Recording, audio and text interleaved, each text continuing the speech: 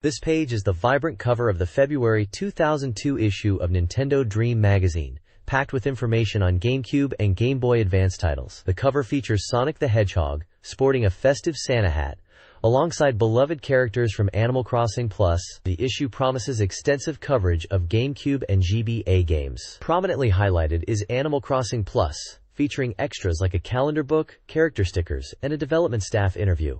Super Smash Bros. Melee gets a nod with a tease about revealing 10 hidden characters. Other exciting titles mentioned include the GBA RPG Magical Vacation, the groundbreaking Resident Evil remake for GameCube, the cinematic Star Wars Rogue Leader, Rogue Squadron 2, and the classic Super Mario Advance 2 for GBA. The cover also lists Mega Man Battle Network 2, Fire Emblem, The Binding Blade, and a curious early mention of Mega Man Battle Network 4. There's also a general character encyclopedia feature. This cover gives a fantastic snapshot of the diverse range of games Nintendo fans were looking forward to in early 2002.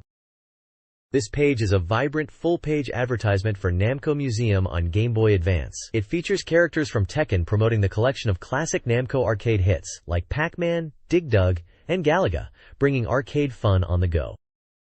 This page is a Namco ad showcasing Tekken Advance and Pac-Man collection for the Game Boy Advance, bringing classic arcade fun and hard-hitting fighting action to handheld. This page features announcements and reader feedback centered around strategy guides. The main focus is on a new strategy guide for Super Smash Bros. Melee, promising to reveal all secrets, including character details, trophies, and techniques to master the game. Priced at 950 yen, it's presented as the ultimate resource for players wanting to dominate in the arena. Another new guide is announced for Animal Crossing Plus, highlighting its comprehensive content like a full list of KK Slider's music, an item catalog, and included extras like a calendar and stickers. This guide was released on January 17, 2002, for 1,300 yen. A smaller section shows reader reactions to strategy guides, with photos suggesting significant improvement in gameplay after reading. There's also a list of other popular strategy guides already released for various Nintendo GameCubes, Nintendo 64, and Game Boy Advance titles. Finally, an intriguing piece in the Animal Crossing Plus section teases a photo featuring KK Slider alongside a mysterious singer-songwriter, speculating about this new character's role and popularity, especially among female fans who gather at live events. This page is the cover and table of contents for Nintendo Dream magazine, the February 2002 issue, Volume 65. The cover highlights a special Animal Crossing Plus calendar book and stickers meant for celebrating the new year. The table of contents kicks off with a big feature on Animal Crossing Plus for 64 fans, promising to reveal fun secrets and including a developer interview. There's also a center section dedicated to the Animal Crossing Plus calendar and stickers included as a bonus. Moving on to new software information, the magazine dives into Super Smash Bros. Melee, revealing hidden characters and stages. Other prominent games covered include Sonic Adventure 2 Battle, Resident Evil, Magical Vacation, Star Wars Rogue Leader, Rogue Squadron 2, Pikmin, Hypersports 2002 Winter, Super Mario Advance 2, Dragon Quest characters, Torneco's Great Adventure 2 Advance, Pac-Man Collection, Tekken Advance, Fire Emblem, The Binding Blade, and Power Procon Pocket 4. The page also features a game index listing many games across GameCube, Game Boy Advance, F64, and Game Boy/Color platforms with their corresponding page numbers, as well as a list of regular magazine sections. The cover is adorned with charming Pikmin characters.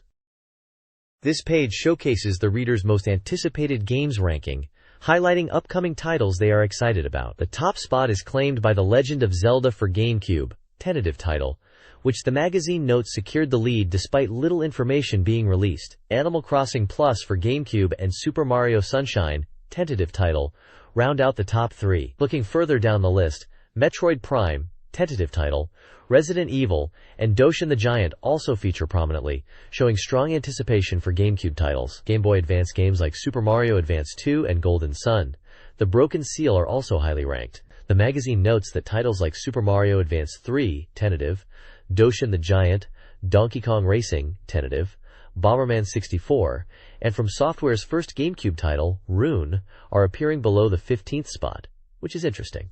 The page also includes a December 2001 and January 2002 calendar, listing game releases and various historical dates and events.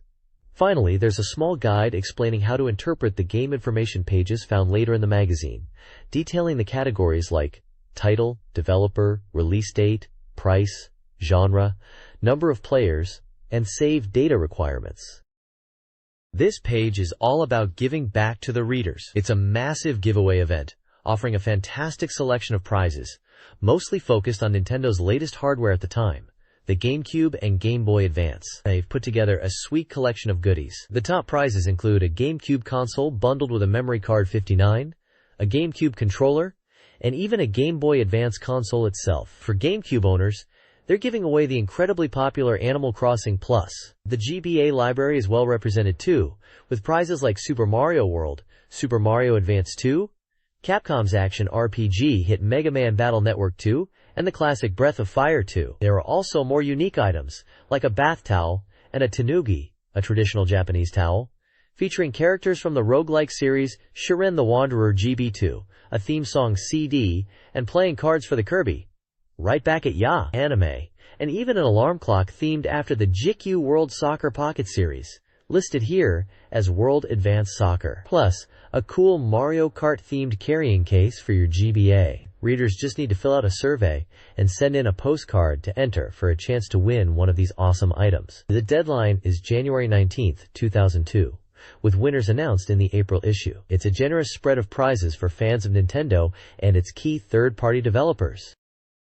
This page dives into the secrets of Super Smash Bros. Melee, highlighting some of the unlockable content that players might have discovered. First up, they discuss hidden stages, detailing how to unlock them and what to expect. You can unlock Princess Peach's castle basement by playing enough matches, where Ridley looms in the background. Pokemon Stadium appears after even more battles, featuring the familiar arena and various Pokemon cameos like Squirtle. The four-side stage from Earthbound is also unlockable, bringing its city skyline and the occasional giant UFO dropping by. For the retro fans, a stage resembling Congo Jungle from Donkey Kong Country is here, and the article mentions you might even see Birdo make an appearance there. Finally, Big Blue, the high-speed Flazero stage, challenges players with its constantly moving platforms. The page also asks if you've managed to defeat Master Hand, the final boss, in classic mode, noting its varying difficulty. It includes screenshots showing the intense battle. Lastly, they touch upon the ending credits sequence after beating regular or adventure mode, which lets you shoot the names scrolling by, just like in the N64 original. You can even slow it down to appreciate everyone involved. It's a neat little interactive touch. This page continues exploring the depths of Super Smash Bros. Melee, focusing on the challenging event matches and the extensive trophy collection. First up, the page asks players how far they've gotten in the game's varied event matches. These are unique, scenario-based challenges, testing specific skills or character matchups. The spread shows events from level 11 all the way up to level 30, giving a glimpse of the difficulty curve. Some examples include taking on a horde of tiny Marios, battling invisible foxes, a huge Bowser against a huge Donkey Kong, or a Team UP of Link, Zelda, and Ganondorf in The Triforce Gathered. It's a great way to mix things up from standard versus mode and really tests your mastery of the game and its characters. Below that, the page shifts focus to the collectible figures, known as trophies in the English version. It asks how many you've managed to gather, teasing that there are many to find. This section presents an alphabetical list of 50 different trophies you can unlock, showcasing the vast array of characters, items, and concepts from across Nintendo's rich history that are featured as collectibles in the game. It's a massive undertaking to collect them all, offering a fun metagame for completionists.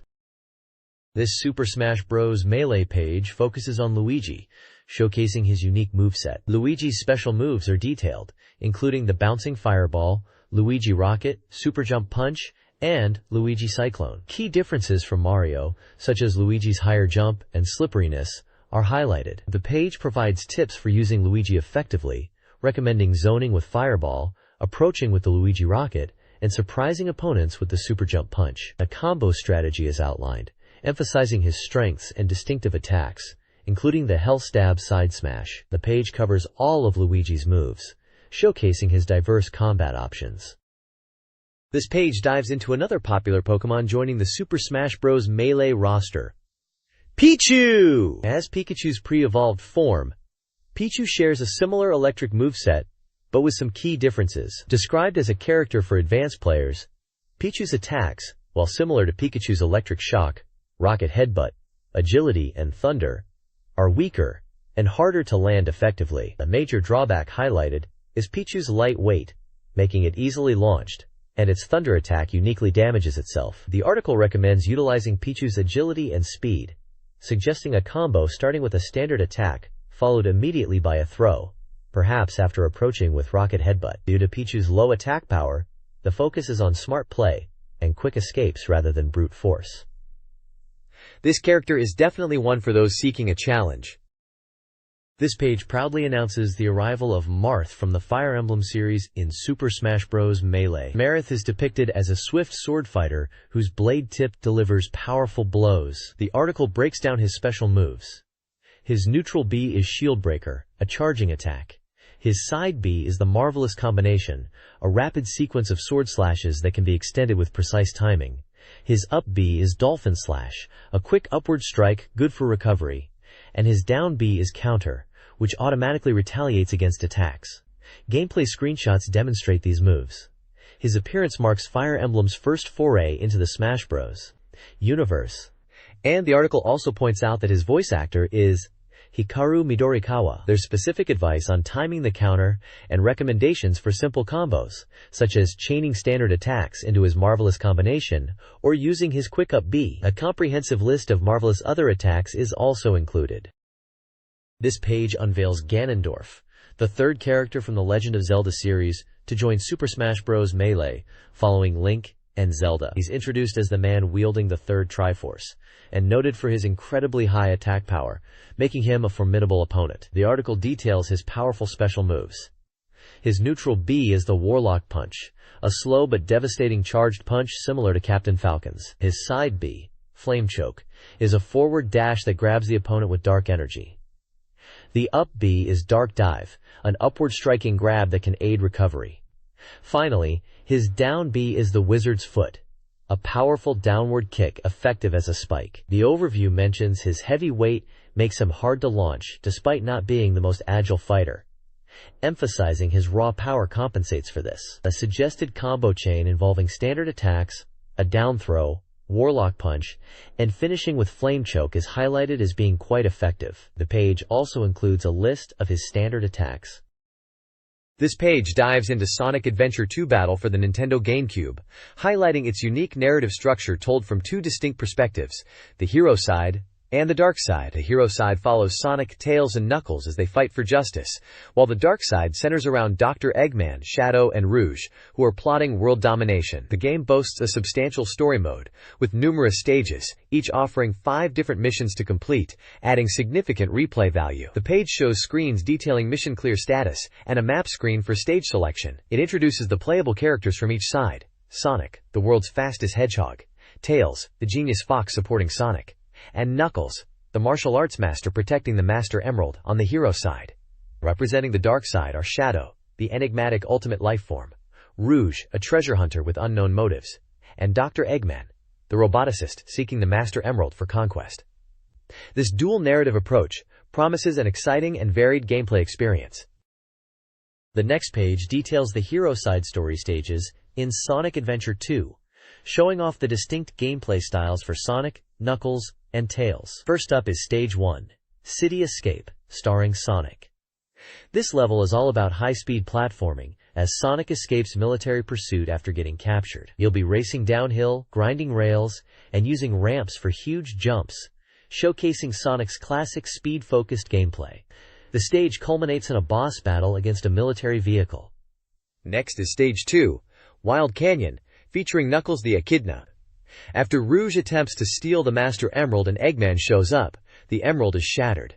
Knuckles must search for the scattered pieces across the desert canyon. His gameplay focuses on climbing walls and digging to find the hidden fragments, with a sensor guiding you closer to the treasure pieces. Finally, Stage 3, Prison Lane puts you in control of Tails in his mech, the Cyclone, as he helps Sonic escape jail.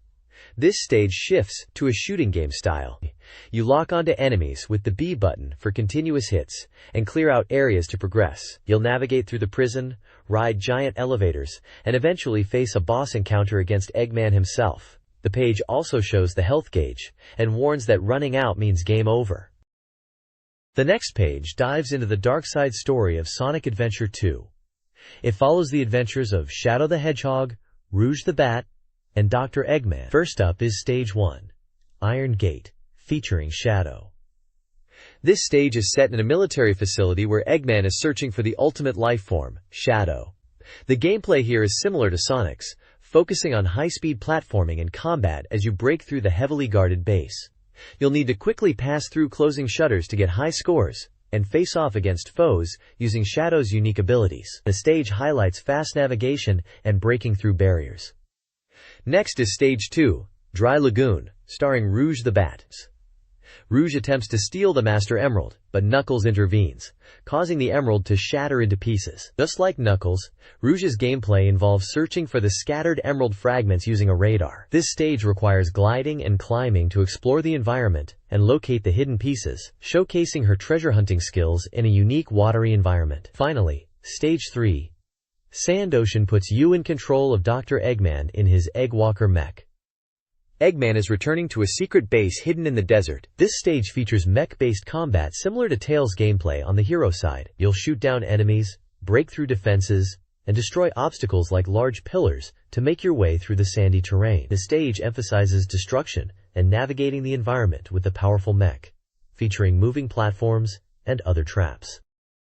This page dives into the exciting extra content of Sonic Adventure 2 Battle and introduces the classic 2D action of Sonic Advance. First, for Sonic Adventure 2 Battle, we explore the fun beyond the main story. The 2-path battle mode is highlighted, featuring an expanded roster that includes not just the main hero and dark characters, but also fan favorites like Amy, Metal Sonic, and Chaos Zero, offering various match types like treasure hunting, mech battles, and even KO Walker showdowns. Then there's the immensely popular KO Garden, where you can raise your own adorable KO. You can send them to kindergarten for lessons, or enter them into races and karate tournaments to test their skills against others. The page then shifts focus to Sonic Advance for the Game Boy Advance, bringing back the original high-speed 2D Sonic experience. This game features Sonic, Tails, Knuckles, and Amy teaming up to stop Drive Eggman's plans. Screenshots show diverse zones, like the frozen peaks of Ice Mountain with underwater segments, the return to Angel Island complete with classic loops and Knuckles wall climbing,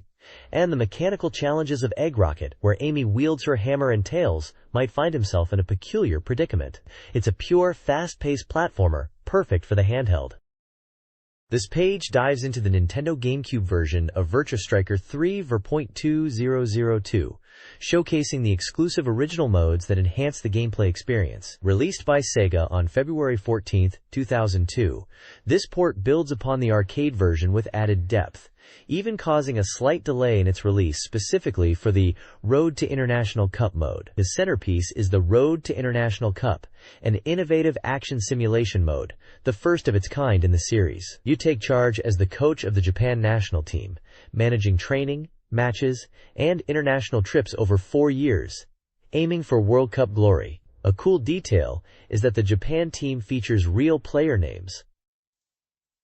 For skill development, a comprehensive training mode is included, covering fundamental offensive and defensive techniques across various difficulty levels. Players can practice everything from basic passes and shots to complex tactical setups. Rounding out the original content is the edit mode. This lets you modify existing players or create entirely new ones from scratch, even modeling them after people you know. You can adjust their appearance like face and body, select their dominant foot, and uniquely determine their abilities by choosing from a set of keywords rather than fiddling with numbers. Edited players can then join your team in the Road to International Cup, adding a personal touch to your quest for victory.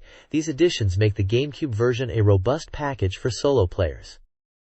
The next page is all about Rune on the Nintendo GameCube, from Software's unique card-based action RPG. The focus here is introducing some of the distinct creatures you'll encounter and command, highlighting their abilities and combat styles. We get a look at several creatures. The defensive sand golem that draws enemy attention. The Stonehead, which is a trap card that rises high and then crashes down on foes. The powerful berserker who attacks indiscriminately, friend or foe. The cat magician and living statue duo, weak individually but potent when used together for magic attacks. And finally, the Hydra and Wirath, whose combination can inflict devastating poisoned attacks. The page also touches on the importance of creating effective combos by strategically combining cards for increased power. and provides a tip on collecting more cards by destroying obstacles like wagons and barrels in the game world. It mentions the game's details, like its genre being card action RPG and supporting 12 players, noting that the release date was unfortunately pushed back from this winter to April. This page is dedicated to the Nintendo GameCube remake of the original Resident Evil, focusing on one of its main protagonists, Jill Valentine, and revealing new in-game screenshots. The classic survival horror title, which was a global hit upon its initial release in 1996, is being completely rebuilt for the GameCube, promising an unprecedented level of terror. Players will again step into the shoes of either Jill Valentine or Chris Redfield, members of the S.TARS special unit dispatched to investigate mysterious incidents in Raccoon City. The goal remains to escape the eerie mansion, which is depicted in several atmospheric screenshots showing various rooms and hallways, highlighting the game's significant graphical overhaul. The page confirms the game is scheduled for a March 28, 2002 release in Japan. This page delves further into the GameCube remake of the classic survival horror title, Resident Evil. It emphasizes that the atmosphere of terror isn't solely created by the impressive graphics, but also through elements like character and zombie movement, music, and sound effects. To convey this dynamic horror, the page presents a series of images depicting a tense encounter between Jill Valentine and a zombie. The sequence shows Jill being grabbed, struggling, and bitten on the shoulder and neck, with gruesome blood effects. It highlights the detail in the zombie's expression and concludes with Jill barely pushing the zombie back before aiming a shotgun and blasting the zombie's head off at close range, also showing a handgun being fired with accompanying muzzle flash and smoke. The page then discusses the game's weapon design philosophy, quoting the development team's goal to balance realism and individuality. They aimed for players to understand a character's personality simply through the weapon they wielded, even without dialogue. Examples include different knives for Chris and Jill to show their unique traits, Jill's distinct S.TARS handgun, and Chris's shotgun, noting the realistic reproduction of the pumping action via the foregrip. The level of detail in the weapons themselves contributes significantly to the game's immersive feel. SSX Tricky, a GameCube action game for up to 12 players, delivers a high-energy snowboarding experience. Players learn tricks in practice mode, using button timing and CPU demonstrations. Racing involves building a tricky meter to perform super tricks, crucial for high scores. A robust replay system allows for viewing runs from any angle and creating promotional videos. Unlocking new characters and courses is achieved through winning races and earning medals, fostering progression and style. This page features Konami's Hypersports 2002 Winter, which was their debut title on the Nintendo GameCube. This game packs in all 10 major winter sports, offering a good variety of events, from skiing and snowboarding to bobsleigh, curling, and figure skating. The magazine points out the game has solid controls and a good play feel. The editor particularly recommends the figure skating event, highlighting how it blends rhythm, timing, and visual performance. There's an exciting feature where players can challenge the world by accessing Konami's website to participate in a ranking system. The game also saw a simultaneous release on the Game Boy Advance, which supports link cable multiplayer and even includes some unique events not found in the GameCube version, like biathlon. There's even a campaign running where playing the game could potentially win you a Mitsubishi Airtrek.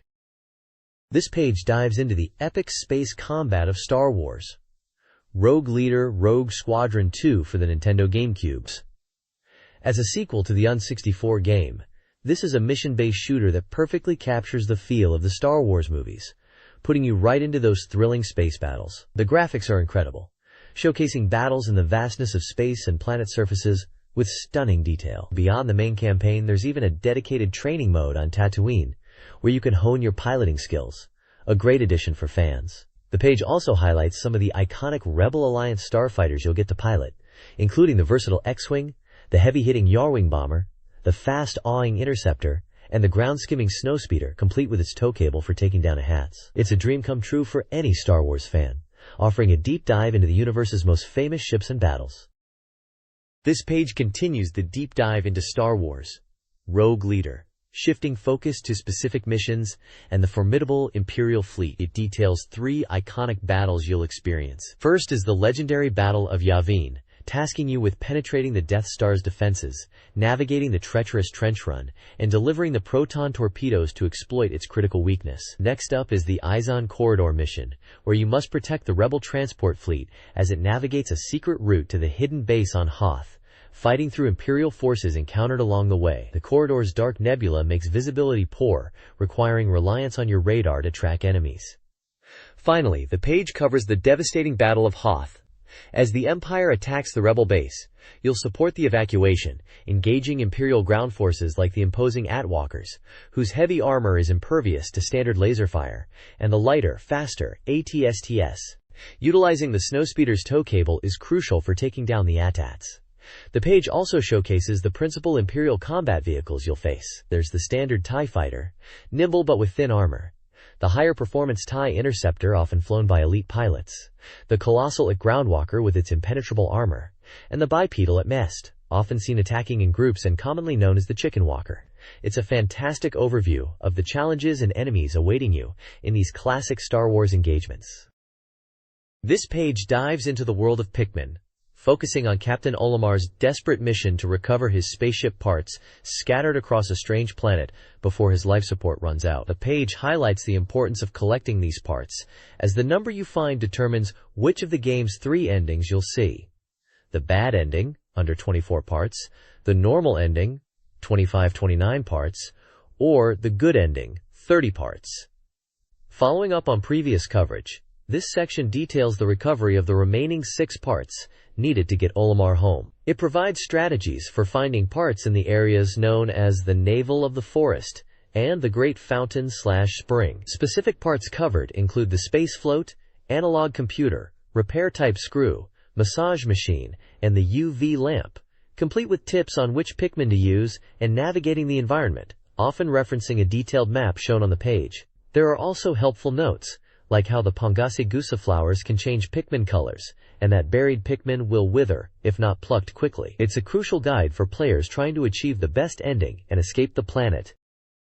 This Pikmin guide details the final trial for the 30-part good ending, focusing on acquiring the Hesokuri safe. Players must first build bridges, collect bomb rocks, and destroy gates using blue, yellow, and red Pikmin. Conquering the final boss, the Great Blowhog, requires strategic use of bomb rocks, careful Pikmin placement, and potentially multiple attempts. The guide emphasizes a strong yellow Pikmin bomb squad, around 10-20, and a large red Pikmin force to carry the necessary items. The author also discusses the game's staged action genre, highlighting the satisfaction of planning and executing tasks, similar to the sense of accomplishment in other games like Super Mario Bros. Repeated playthroughs are encouraged to improve Pikmin management and strategy.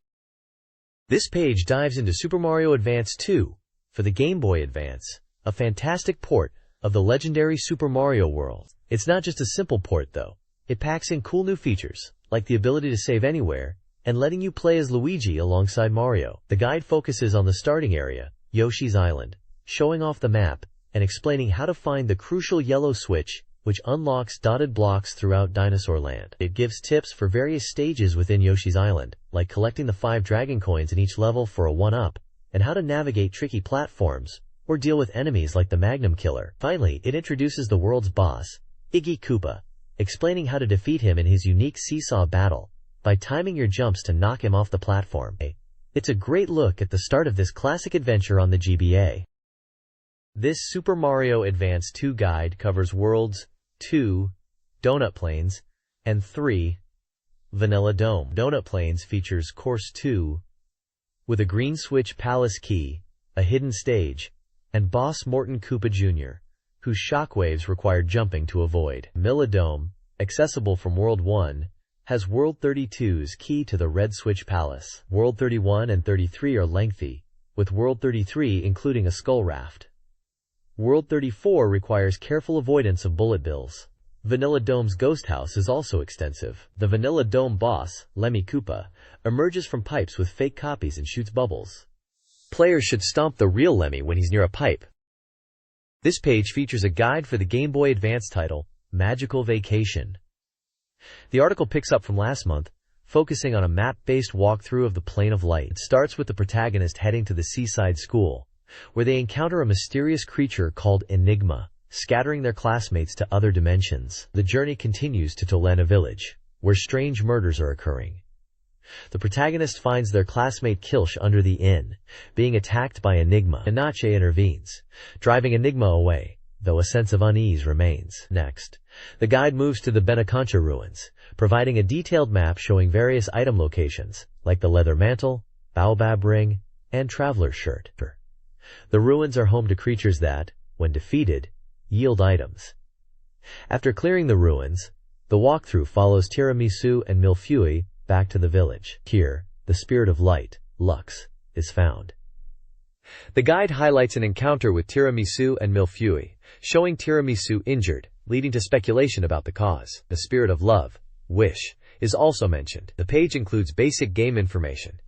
It's for Game Boy Advance, released December 7th, costs 4,800 yen, is a communication RPG for 12 players, and supports GBA link cable. The guide helps players navigate key areas and collect items as they progress through the story. This page continues the Magical Vacation Guide.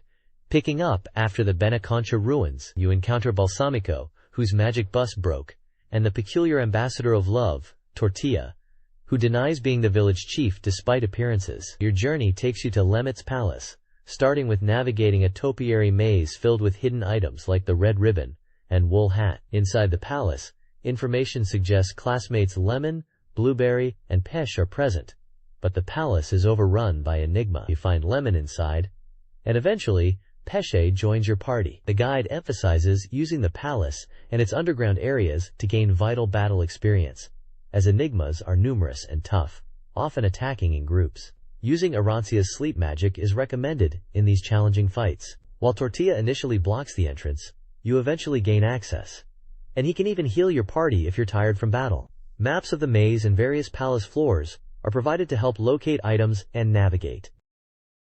After defeating Enigma in Lemit's palace, the party changes to include Lemon, Blueberry, and Peshe, replacing Pistachio, Kilsh, and Arancia. The guide directs players to La Roche, Cheese Tower, accessible via the palace's back entrance. Players encounter a dwarf and the magic doll for the first time, and are advised to grow the doll at La Roche. Detailed floor plans for La Roche are provided, highlighting key items, Sirohi Silver, Hellion Gold, Kale Gummy Blue, and spirits, Sound Spirit, Insect Spirit, Dark Spirit, on each floor.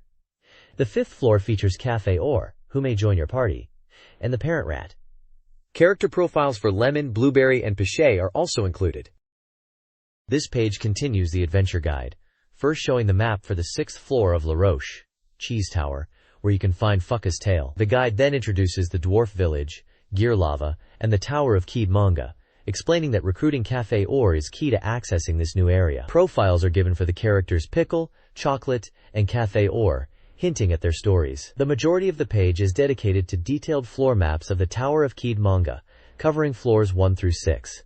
Each map shows the locations of numerous hidden items. The item lists reveal a wealth of consumables, currency like Milori Silver and various golds, Lashimoff, Harmonic, Crescent, Hellion, Gabanic, Chamti, elemental spirits, fire, earth, and other useful gear like spark bombs, wind bombs, lizard skin, full face, pebble bombs, and jade earrings. Notably, players are advised to be cautious on the 5th floor, where they'll face Enigma again, and jade earrings are pointed out as a valuable defensive item. These maps provide essential guidance for navigating the challenging tower. Dragon Quest. Torneko no Daibuken 2 Advance, a Game Boy Advance title, tasks players as Merchant Torneko, aiming to restore peace after finding a mysterious box. The game features randomly generated mystery dungeons, each offering a unique experience. The page highlights 3 dungeons: a Little Mysterious Prairie, tutorial, Mansion Dungeon, bow-focused, and Castle Dungeon, staff-focused. Each dungeon presents evolving challenges, from learning basic mechanics in the prairie, to mastering bow usage in the mansion, and eventually staves in the castle. Screenshots demonstrate combat, item use, and monster encounters, emphasizing the replayability of the game's random elements. The game, released in 2001, is recommended to fans of dungeon crawlers. The next page continues the deep dive into the mystery dungeons of Torneko no Daibuken 2 Advance, detailing more challenging areas Torneko must explore. First up is the Graveyard Dungeon, known for items you can drink or throw, particularly grass items. It's relatively easy to find useful items here, but watch out for monsters like the Ghost Mushroom that can lower Torneko's strength. This dungeon also involves interacting with the Baker NPC. Next is Volcano Mountain, a fiery dungeon expanding to 10 floors. You can bring in 2 items, and scrolls are abundant here. Reading scrolls like Lucanin becomes key from floor 7 onwards. Be prepared for tough enemies like trolls and monsters with high attack power, but you can also find valuable items like Metal King Gear and the Demon Claw. The Forest of Doubt is unique because the only items found on the floor are gold. Everything else must be bought from shops. Spanning 12 floors with a 2-tem limit, it features difficult foes like the Dance's Carrot from 7F and Shaman and Berserker from 11F. Leveling up on Berserkers is possible, but it's often best to avoid them. Finally, the Ruins of Tro is a deep, 14-floor dungeon where you can bring 5 items, featuring a wide variety of monsters and items. Look out for the troublesome Evil Pot, which constantly calls for allies. Survival means making the most of offensive staves and escape items.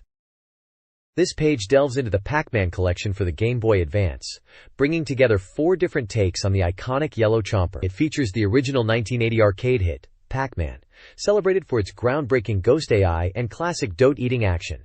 Available here in both full-screen and scrollable modes. You also get Pac-Mania, the 1987 sequel that puts Pac-Man in a 3D world and lets him jump over ghosts to evade capture, adding a strategic vertical element. The puzzle genre is represented by Pac-Attack, known as Cosmo Gang, the puzzle in Japan, a clever falling block game where you clear lines by dropping blocks and Pac-Mans to munch on descending ghosts, offering both dedicated puzzle stages and an endless mode. Rounding out the collection is Pac-Man Arrangement, a supercharged version from Namco Classic Collection Volume 2, featuring speed-boosting dash points and crazy power-ups like a splitting Pac-Man for frantic, fast-paced maze action. It's a fantastic package showcasing the evolution and versatility of the Pac-Man franchise. This page covers Tekken Advance for the Game Boy Advance, bringing the popular fighting series to the handheld. It highlights the game's simple controls, using just the A and B buttons for kicks and punches, making it accessible for beginners. The page emphasizes the inclusion of the new 3-on-3 tag battle mode, a series first on GBA, as a key feature. 7 different game modes are detailed, including staples like arcade mode, where you fight through a roster of opponents, time attack to clear fights as fast as possible, and survival mode to see how many opponents you can defeat on a single health bar. There are also practice and multiplayer versus battle, and 3 vs 3 battle modes. The page also introduces the initial roster of 9+ characters appearing in the game, featuring fan favorites such as Jin, Xiaoyu, Huarang, Paul, Law, King, Nina, Yoshimitsu, and Gunjack. A special note points out that Heihachi Mishima, a central figure in the Tekken series, can be unlocked as a playable character by clearing arcade mode with everyone else, suggesting it's easiest to achieve on the easy difficulty setting. It looks like a solid fighting game package packed with modes and characters for the GBA. This page features Breath of Fire 2, Child of Destiny for the Game Boy Advance. Originally a Super Famicom classic from 1994, now updated for handheld with various improvements. It presents a chart-based walkthrough covering the beginning of the adventure, from the starting village to the Witch's Tower. The guide kicks off with the opening, showing young Ryu searching for his sister in the village outskirts, Urayabu, and the touching backstory of his mother. It then moves to Ryu, meeting Bosch at the church where they used to live. They soon leave the village together. Their journey leads them to E Cave seeking shelter from rain, where they encounter the formidable Barubadoi, who leaves a mysterious message about the Child of Destiny. After a battle young Ryu can't win. The story then jumps 10 years forward. Ryu and Bosch are now grown up and living in the town of Moto, with Ryu working as a ranger. Their adventures continue as they undertake a quest to find a lost pet in Mt. Futabi, battling creatures like harpies and goblins along the way. The walkthrough concludes with the Bosch-framed incident, where Bosch is accused of theft, leading to a plan to escape town and search for the real culprit. The guide highlights added illustrations for the GBA version and features like item exchange with friends in Moto. This Breath of Fire 2 walkthrough continues Ryu and Bo's journey after leaving Moto. Players search for the Batwoman in Corsair and Tagji Forest, facing Babadel and obtaining his flute. Entering the Corsair Coliseum, defeating Genji, and uncovering Argus's plot leads to Rand and Bo rejoining the party. The quest for the Batwoman brings the party to Moat's magic school, where Nina is kidnapped by the Joker gang. Rescuing Nina, and Sten joining back, leads to a confrontation with the Joker gang boss on MT Futabi. The guild, now improved, allows party member changes. Saving Capitan villagers unlocks magic from Ray. Ryu's temporary departure allows him to awaken his dragon transformation ability. A decision impacting the guild's development is made. And finally, the Batwoman quest leads to Sharon's Forest and a curse on Tapeta, prompting a trip to the Witch's Tower for a final confrontation. The guide also features Breath of Fire illustration contest winners. The next page introduces the Game Boy Advance title Granbo, a training RPG from Capcom. The game is set in a world where people called Granbo Savers use biological-shaped robots called Granbo to protect peace. The story follows Kakeru, the grandchild of the legendary Granbo Saver Genji, as he defends his town from an evil force known as Sky Shark. The core mechanic involves creating Granbo by inserting data balls, which you hunt from enemies, into mecha eggs. The page shows this transformation process. Early in the game, you'll get to choose your first Granbo from 3 options given to you by Genji. The 3 initial Granbo are Piorika, a reliable Granbo with good balance and healing abilities; Yabusa, a high attack type whose HP grows significantly, making it a strong frontliner; and Focal, a Granbo specializing in learning various techniques, including multi-target attacks. All 3 starting Granbos are of the fire attribute. The page highlights that each initial Granbo has unique characteristics, hinting at different playstyles right from the start of your adventure. The next page continues the Granbo journey, detailing the unfolding story and introducing a crucial gameplay element. After getting his first Granbo, Kakeru witnesses a girl named Shizuku being abducted by the Sky Shark organization. He tries to intervene but is thwarted by the executive Bamuda. Following the trail, Kakeru heads to the Northern Research Lab and encounters another Sky Shark executive, the transforming Yuge. Defeating Yuge is a key step, as it rewards Kakeru with the Hunt Glove. This vital item allows players to hunt wild Granbo and collect data balls from them. The data balls are not just for creating new Granbo. The page explains they can be used during battles to evolve or even transform your current Granbo, adding strategic depth. A tip for hunting is provided, stressing the need to fill the hunt gauge, often by targeting the enemy's weak points, rather than just dealing damage. This mechanic solidifies the cycle of battling, hunting, and powering up your team. The next page delves into the world of Mega Man Battle Network 2. Following the defeat of the WWW organization, new threats emerge in the form of the global cybercrime group, Gospel. Lon Hikari and his NetNavi, Megaman.X, must once again protect both the real world and the digital cyber world from danger. The article highlights several key new features that expand upon the original game's mechanics. The battle system is enhanced with new battle chips, including the useful code, which allows chips to be used with any other code. There's also the chip trader, where players can exchange chips for random new ones, and a retro chip trader for older chips. A major addition is the style change system, which allows Mega Man to evolve mid-game based on the player's battle tendencies, granting him different elemental properties like heat, electric, and aqua, and providing unique battle abilities. The page also details various power-up items available up to Chapter 4, including HP Memory to increase maximum health, Buster Up to enhance Mega Man's arm cannon, and Regular Up to increase the capacity for carrying regular chips. Screenshots showcase the vibrant cyber world battles, chip selection screens, and the chip trader interface, giving players a taste of the exciting new adventure and strategic depth awaiting them. Please provide the text you would like me to summarize. This page previews the King of Fighters X, Neo Blood for the Game Boy Advance, marking the popular fighting series debut on the handheld. It highlights that the game brings the arcade atmosphere and quality, including special moves, to the GBA. The game features a large roster of 18 characters plus strikers, allowing players to form teams.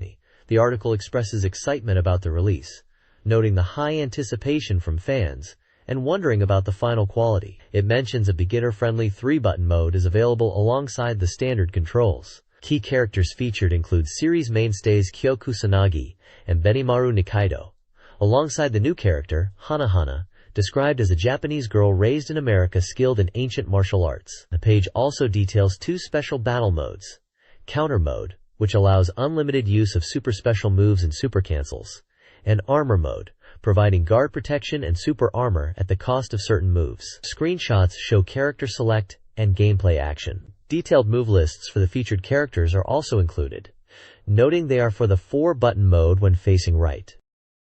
This page dives into the GBA release of Guilty Gear X Advance Edition, asking if the handheld can really handle such a detailed fighting game. It highlights the game's arrival on the Game Boy Advance, building on the hype of bringing major fighting franchises to the system, much like the previous page's King of Fighters X. The article notes that the intricate and flashy graphics, a hallmark of the Guilty Gear series, are faithfully reproduced on the GBA screen. While the character sprites are understandably smaller, the animation quality is still impressive, packed with detail. The game brings the core Guilty Gear X experience, including the character select screen and iconic moves, and introduces exciting new modes for the GBA. There's a tag match mode, where you pick 2 characters and swap them mid-fight, using a portion of your tension gauge for the change. This allows for dynamic tag combos and big damage opportunities. Another new feature is the 3-on-3 mode, where teams of 3 battle, with partners jumping in for assist attacks triggered by command inputs, costing half the tension gauge. Both these new modes support battles via the communication cable. The article expresses confidence in the game's ability to reproduce the arcade quality,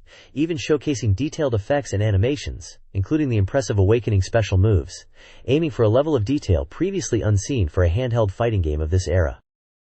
This page continues the deep dive into fighting games on the Game Boy Advance, showcasing Street Fighter 03, known as Street Fighter Alpha 3 internationally. It highlights the GBA version's wealth of content, noting that it brings the acclaimed 03 experience to the handheld with even more. Crucially, this version adds Maki, Yun, and Eagle, characters not present in the arcade version, expanding the roster significantly. The page details the game's numerous modes. There's the standard arcade mode, where you fight through opponents to reach the ending. Survival mode challenges you to see how many opponents you can defeat on a single life bar. Link mode allows head-to-head battles, using the GBA Link cable, supporting multiplayer with just 1 cartridge. Dramatic Battle is a unique mode, where 2 players team up against a single, powerful opponent. Training mode lets you hone your skills, practicing combos, and setting opponent actions. Finally, Final Battle pits you against incredibly tough boss characters. The article emphasizes that these modes offer a huge amount of gameplay, making the GBA version packed with features. Screenshots show gameplay from various modes and the character select screen, demonstrating the game's visual fidelity on the system. This page dives into the highly anticipated simulation RPG for the Game Boy Advance, Fire Emblem, The Binding Blade. It highlights newly revealed characters and showcases exciting battle scenes.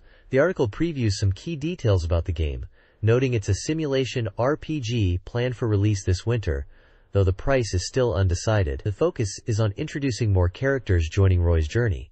We see detailed illustrations and small gameplay screenshots for several characters. There's Rutger, a mysterious swordsman known as the Sword Demon, and Diek, a mercenary leader who was formerly a knight of Etruria. Bors is introduced as a knight, serving Marquis Ostia, acting as a bodyguard to Lilina. The main group is shown, including Roy, confirmed to start as a lord, Lilina, a mage capable of powerful magic attacks, Wolt, an archer, and Lance, a cavalier. Shanna, a Pegasus Knight, is also shown, potentially part of Diek's mercenary group. An intriguing question is posed.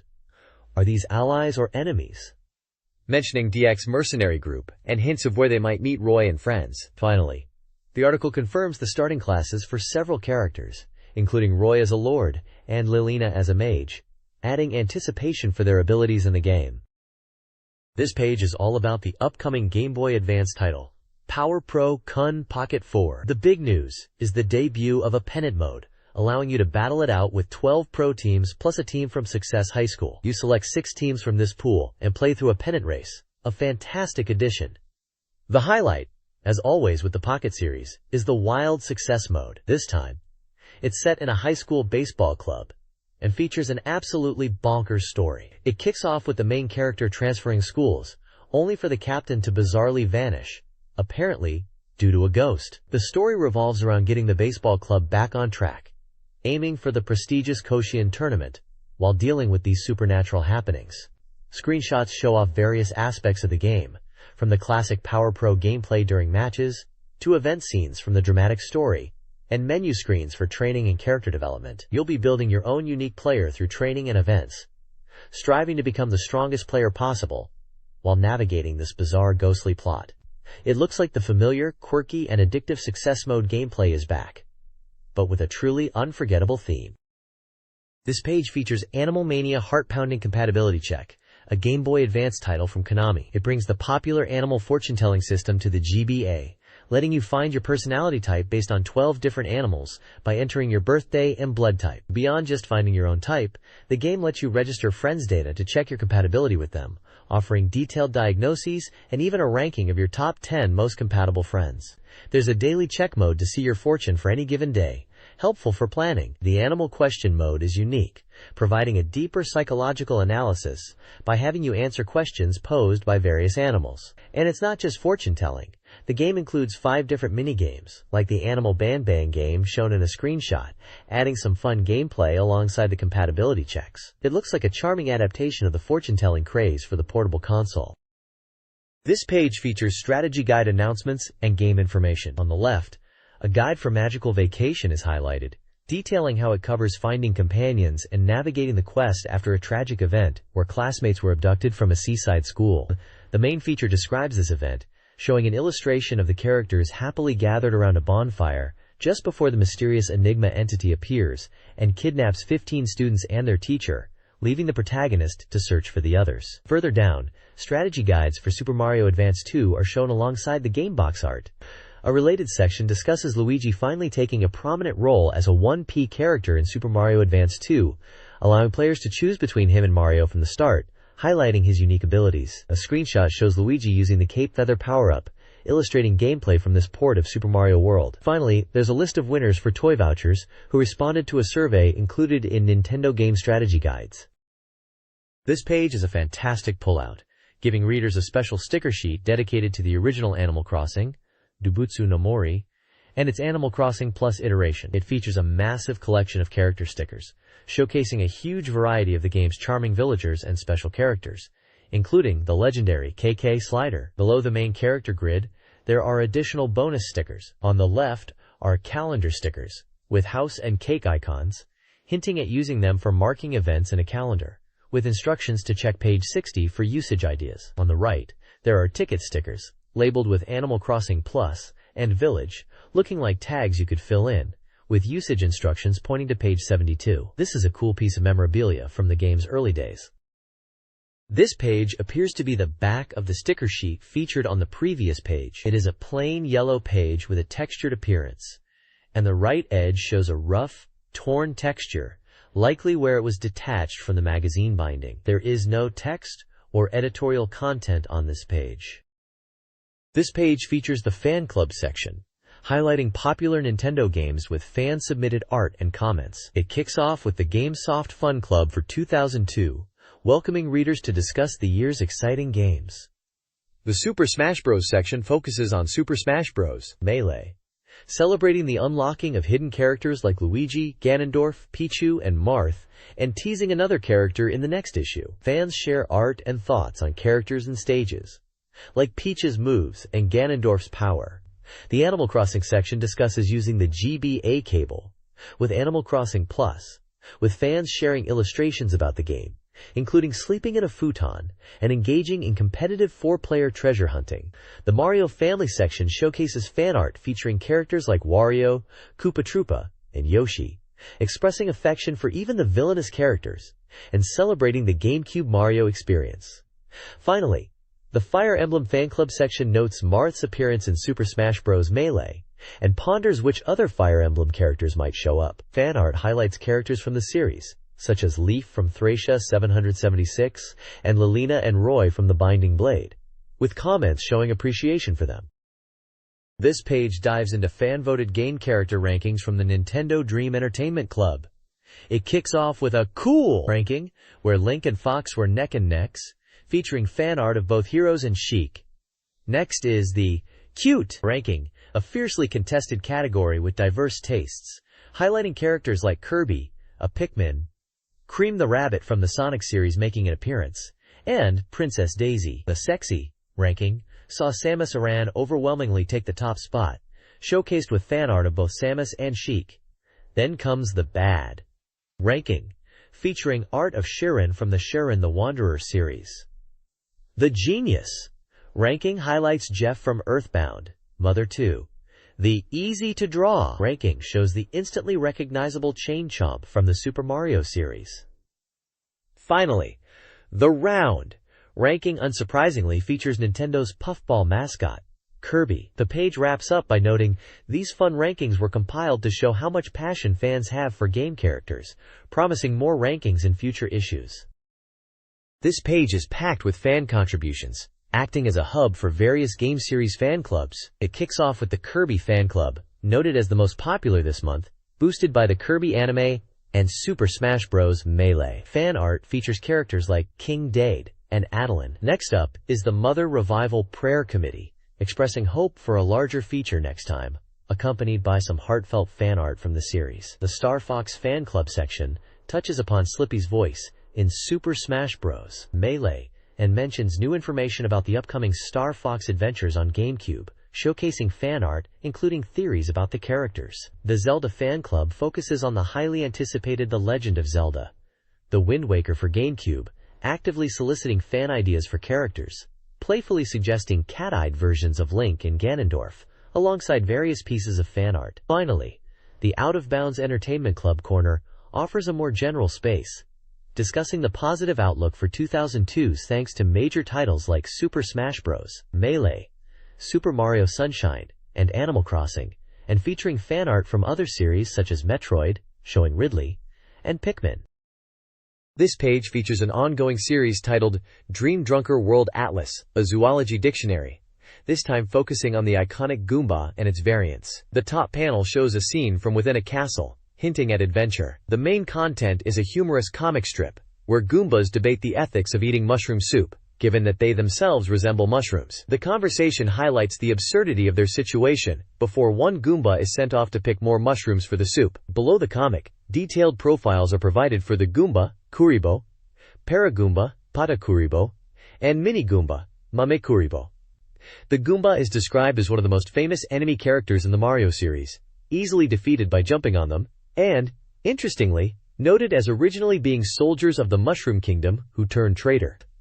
The Paragoomba is explained as an evolved Goomba whose wings fall off when jumped on, reverting it to a standard Goomba. Mini Goombas, which scatter from Paragoombas, are surprisingly strong, capable of lifting objects larger than themselves. A concluding note humorously labels Goombas as the quintessential minion character, likely having been stepped on more than any other character in the Super Mario series since their debut. A small note also points out that the appearance of Goombas is mushroom-like, playing on the long-standing fan confusion between them and super mushrooms. This manga is presented as an original story that may differ from game content. This page continues the focus on Goomba variants with a comic strip and profiles. The comic shows a Goomba trying to collect delicious-looking mushrooms in the Mushroom Kingdom. Finding it difficult, he wonders how to get them when a large, mechanical figure appears. When asked what he's doing, the Goomba explains he's trying to pick the mushrooms, prompting the robot to note, "It seems tough." The Goomba laments that it's hard because they don't have feet. Below the comic, more Goomba types are introduced. The spiny Goomba, seen in Paper Mario, wears a spiky hat, making it incredibly tough to stomp. The Kutsu Goomba is described as wearing a mysterious magical shoe that makes it immune to stomp damage. The Aqua Goomba, also from Paper Mario, appears to be wearing a diving suit and is described with odd, clumsy characteristics. Finally, the Telegoomba is a ghost Goomba, considered the most formidable of the Goomba family, and the advice is to run away if you encounter one.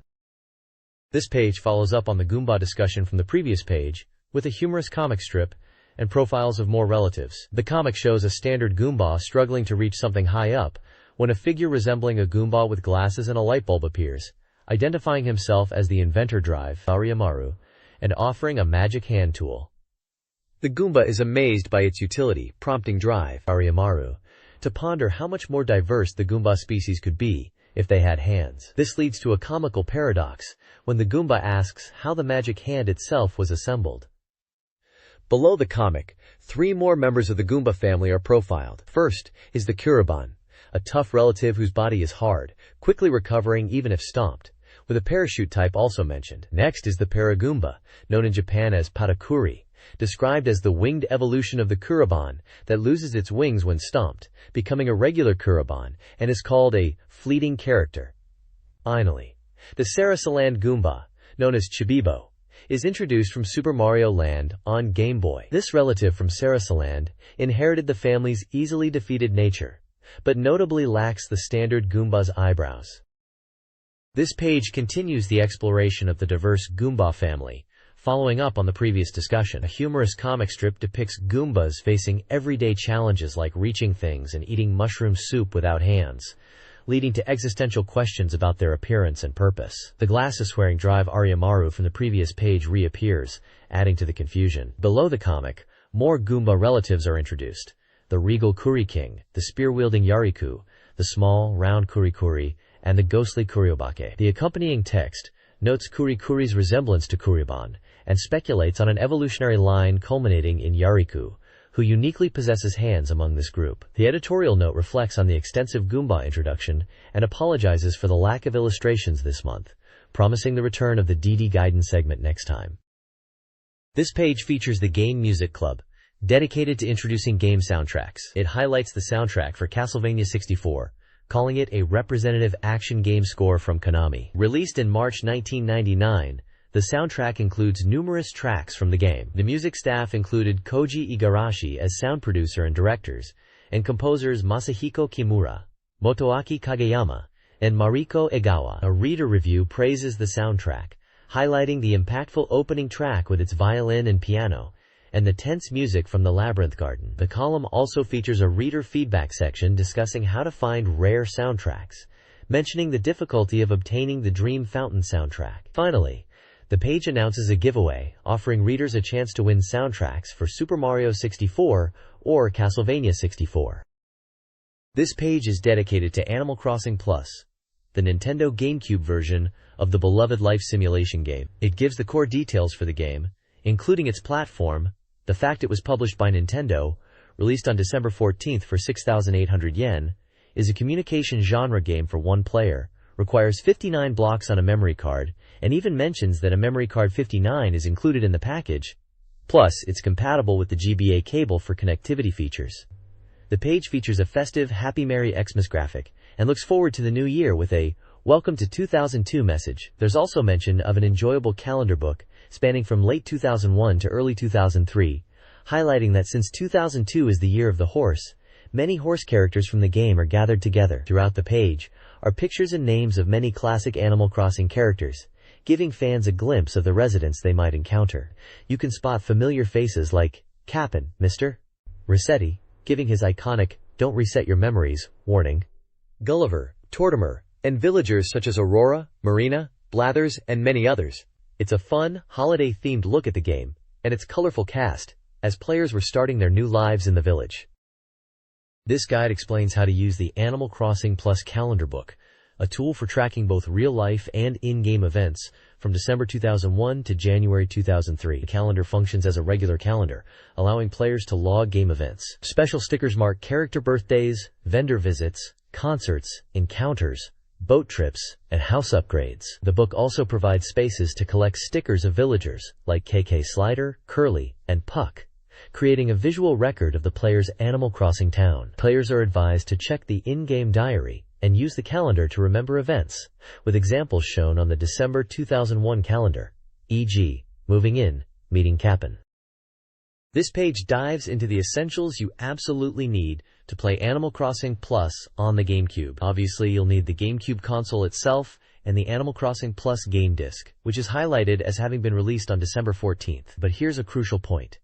You must have a memory card 59 to save your game. What's more, if you want to experience visiting a friend's town, you'll need a second memory card 59 specifically for those visits, as it uses a few save blocks. Beyond the requirements, the page also covers items that significantly enhance the fun. If you have a Game Boy Advance and the special Game Boy Advance cable, which also came out on December 14th, you can connect them to the GameCube. This link allows you to do things like visit a tropical island, adding a whole new dimension to the game. The right side of the page features the January 2002 calendar spread. This calendar is designed to help you track both real-world days and in-game events. It notes specific days like New Year's Day and includes icons for certain character appearances throughout the month, tying into the handbook's purpose of helping you remember important dates. Finally, there's a section dedicated to collecting stickers of characters you encounter in your town, encouraging you to document your village residents and visitors. This page features the February 2002 calendar for Animal Crossing on the left, complete with dates, days of the week, and icons indicating character appearances throughout the month, including familiar faces like Tom Nook, Tortimer, Rover, and the Able Sisters, plus a special hometown day marked on the 11th.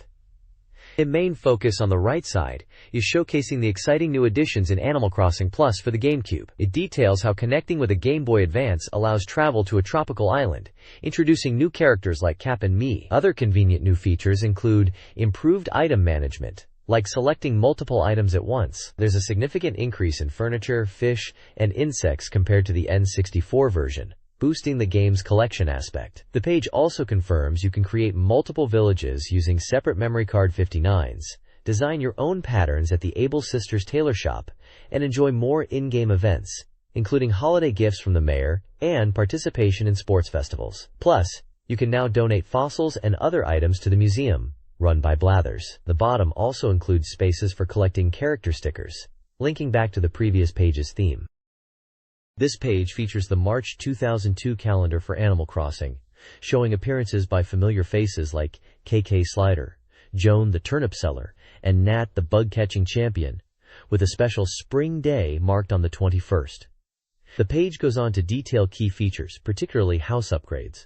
Your home can get much larger, with options to add a basement and a second floor. The basement is highlighted as being exempt from the Happy Room Academy assessment, giving you complete freedom for decoration, while the second floor offers another space to design, like the first. Other gameplay elements discussed include spotting Pete the mail carrier during deliveries after sending letters, the appearance of new evergreen trees in the village, and the ability to buy and place custom-designed signs anywhere you wish. There's also a note about improved visuals for clothes, making it easier to tell them apart. At the bottom, there's a list of characters whose stickers can be collected, featuring residents like Olivia, Avery, and Alberto, alongside special visitors such as Rover and Jack, and even the ant.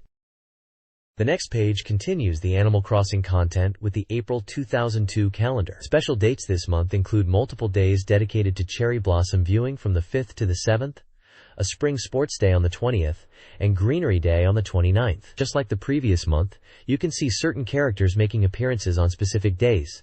There's a section all about KK Slider. It reminds players that he appears every Saturday night at 8 p.m. in front of the train station to give out his songs, and you can now listen to them anytime using the music player.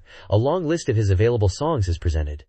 Other handy guides on this page cover the types of items you can find in the game. There's a list showing the different fruits you can grow or obtain, like apples, peaches, oranges, pears, and cherries. It also details items you can get from special events like igloos during winter, such as hearths and igloo fireplaces, and items exclusive to the island, including shaved ice, treasure boxes, and beach furniture. Finally, there's a hint about new furniture being added to the game, though it's kept secret for now. They do reveal there are clothes themed after the GameCube. The bottom of the page features more characters whose stickers you can collect, including residents like Genji, Octavian, and Sydney, along with special characters like Savannah and DJ KK. This page continues the deep dive into Animal Crossing, serving as a handy guide for players. It features a Donated to the Museum list section, hosted by everyone's favorite owl curator, Blathers. It encourages players to check their donations and hints at rewards for completing collections. Below Blathers is a comprehensive breakdown of the different types of items you can collect and donate to the museum. Lists of various fish, bugs, fossils, and paintings. These are all crucial collections for any dedicated player aiming for a perfect town. Over on the right is the calendar for May 2002, titled Animal Crossing Calendar. Just like the previous month, it maps out the days of the week and highlights specific dates with events or character appearances. Notable dates include May 3rd for Trash Day, May 5th for Children's Day, and the regular Saturday appearances of KK Slider. Other characters like Wendell and Rover are also marked on the calendar. The bottom left section asks if you've managed to obtain any classic NES games within the game, and mentions there are new ones available, often acquired through events. A small screenshot shows a Famicom NES console placed in a player's house, showcasing that you can actually play these retro titles. A small section at the very bottom seems to be related to collecting seals or stickers, featuring various villagers and special characters you encounter in the game. The next page delves deeper into collecting items in Animal Crossing, similar to the museum lists on the previous page, but this time focusing on items obtained from special visitors. At the top, it asks how many carpets you've managed to collect from Sahara, the camel who trades rare flooring. Below that, there's a section dedicated to Pascal, the philosophical otter, asking how many wallpapers you've received from him, encouraging players to check off the ones they have.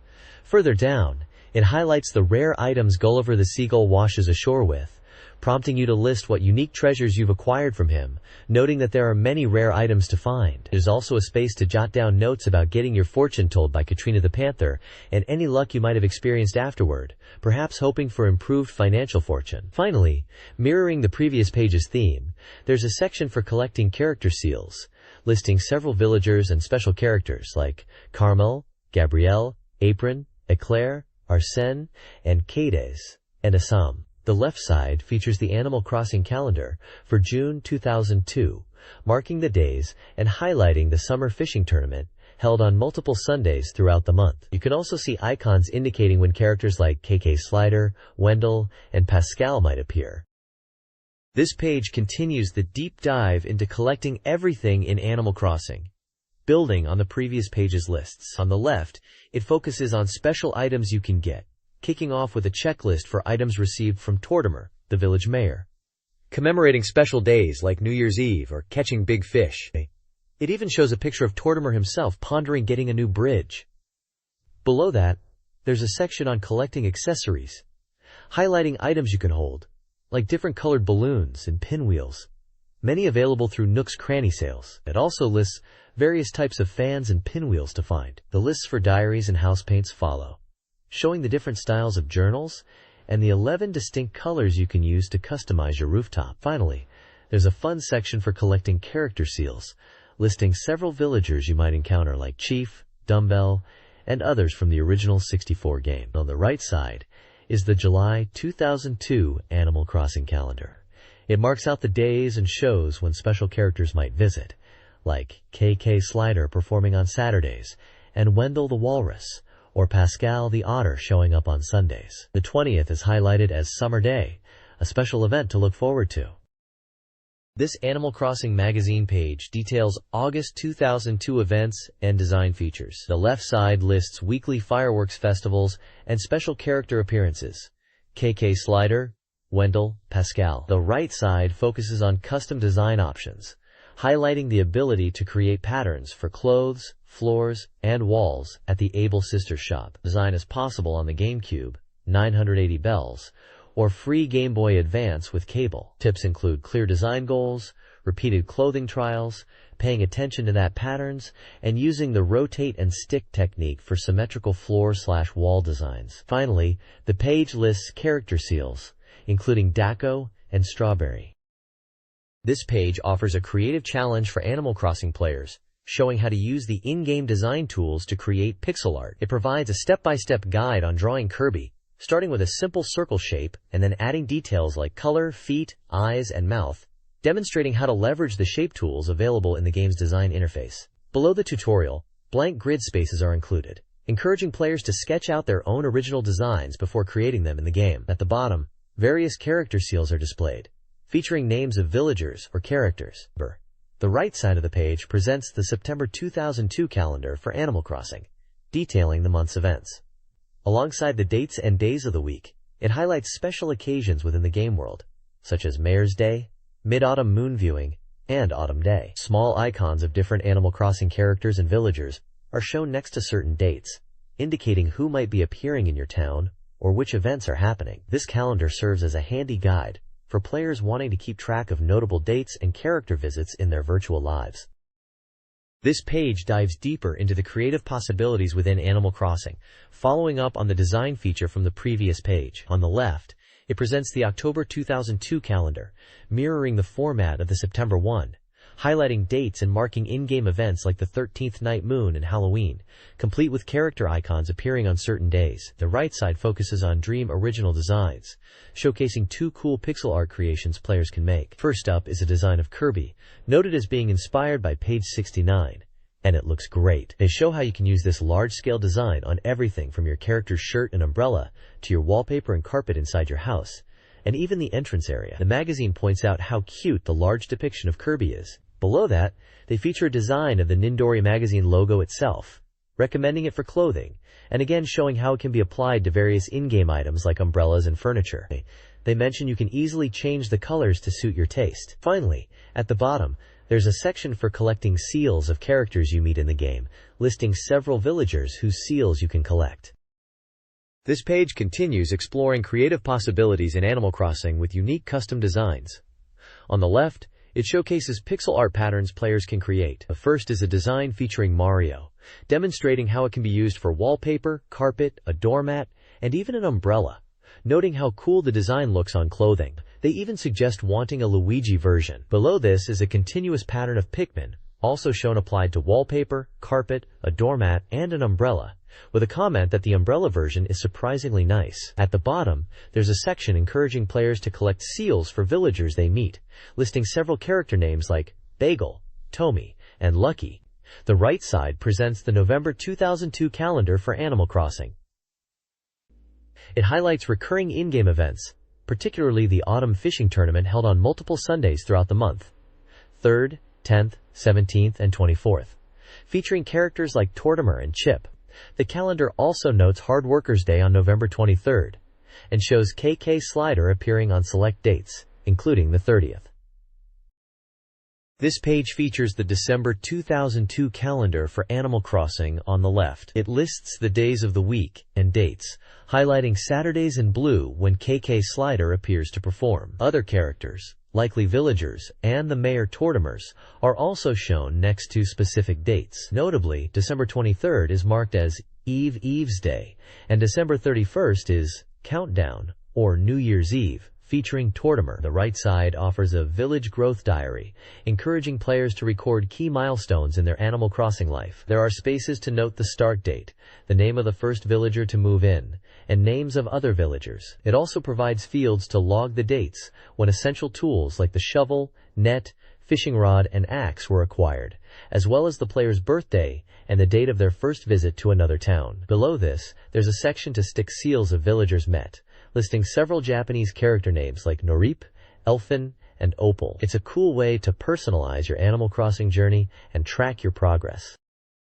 This page continues the Animal Crossing calendar from the previous month, showing January 2003. The calendar on the right highlights key dates like New Year's Day and Japan's Coming-of-Age Day, featuring icons of characters like Tortimer and potential villagers. Saturdays are marked, likely indicating KK Slider's performances, with icons for him and other villagers appearing on those dates. On the left, there are sections for players to track their village life. Spaces are provided to record the names and dates of new villagers moving in and those who have moved out. There's also a section dedicated to visiting friends' villages, suggesting players use special ticket seals as a memento of their trip, encouraging them to write down the friend's village name and date. Below this are spots to stick these ticket seals, and separate spots for friend seals representing specific villagers like Chubo, Bisu, Nesuko, Rada, Vinegar, Petya, and Yayoi. It's a great interactive way for players to document their village growth and social interactions in the game. This page is all about documenting your adventures in Animal Crossing. It provides a dedicated space to collect and stick the seals of the many villagers you meet. At the top, Tom Nook welcomes you, overseeing the collection. The main heading translates to, "Let's try sticking the seals of the people you've met." The page is filled with a large grid of spaces, each labeled with a different villager's name in Japanese and marked with seal, waiting for you to fill them as you encounter new friends in your town. It's a fantastic way to keep track of all the unique personalities who move into your village. This page is dedicated to Nindori Academy, a section filled with letters and contributions from readers. It features various segments like Narachagi, which presents reader thoughts and questions, often game-related. We see mentions of heading out to buy Super Smash Bros. Melee on release day, and humorous observations like a teacher resembling Captain Falcon. There's also discussion about connecting GameCube and Game Boy Advance, and inquiries about a Nindori school lunch. Another section, "Ah, heartless! How absurd failure stories," shares reader mishaps. These include controller disasters, like a Nintendo 64 analog stick breaking off during a struggle, a Super Smash Bros. Melee disc getting cracked after a brother's exam-related rage, trying to play a demo unit placed absurdly high, and even a Nindori magazine taking a dive into the bath. Finally, the Gifted Artists segment showcases reader artwork, featuring a stylized drawing possibly of Mario and some original character designs. The page serves as a lively platform for the magazine's community to share their gaming experiences and creativity.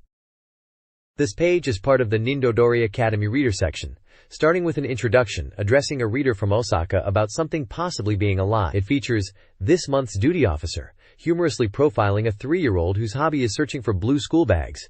In the "Those with Opinions Raise Your Hand" segment, a reader discusses the etiquette around demo machines, specifically for Super Smash Bros. Melee. They lament long lines, people taking controllers or cutting in, and suggest rules are needed for everyone to play fairly. The Things That Make Me Curious section compiles various quirky reader thoughts and dreams. Submissions include dreams about a Super Smash Bros. Melee anime adaptation, a Link with cat eyes, a Golden Sun anime, Link holding Princess Zelda, and Princess Peach wearing a strange nurse outfit.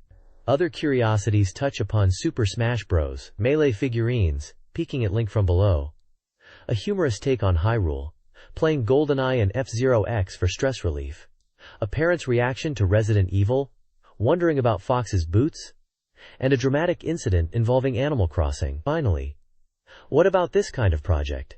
Proposes new magazine features, such as a Parents Association section for parents reading Nindori with their children, and a space for parents to share experiences about their kids' gaming habits. One parent shares their struggle with their son's reaction to Smash Bros.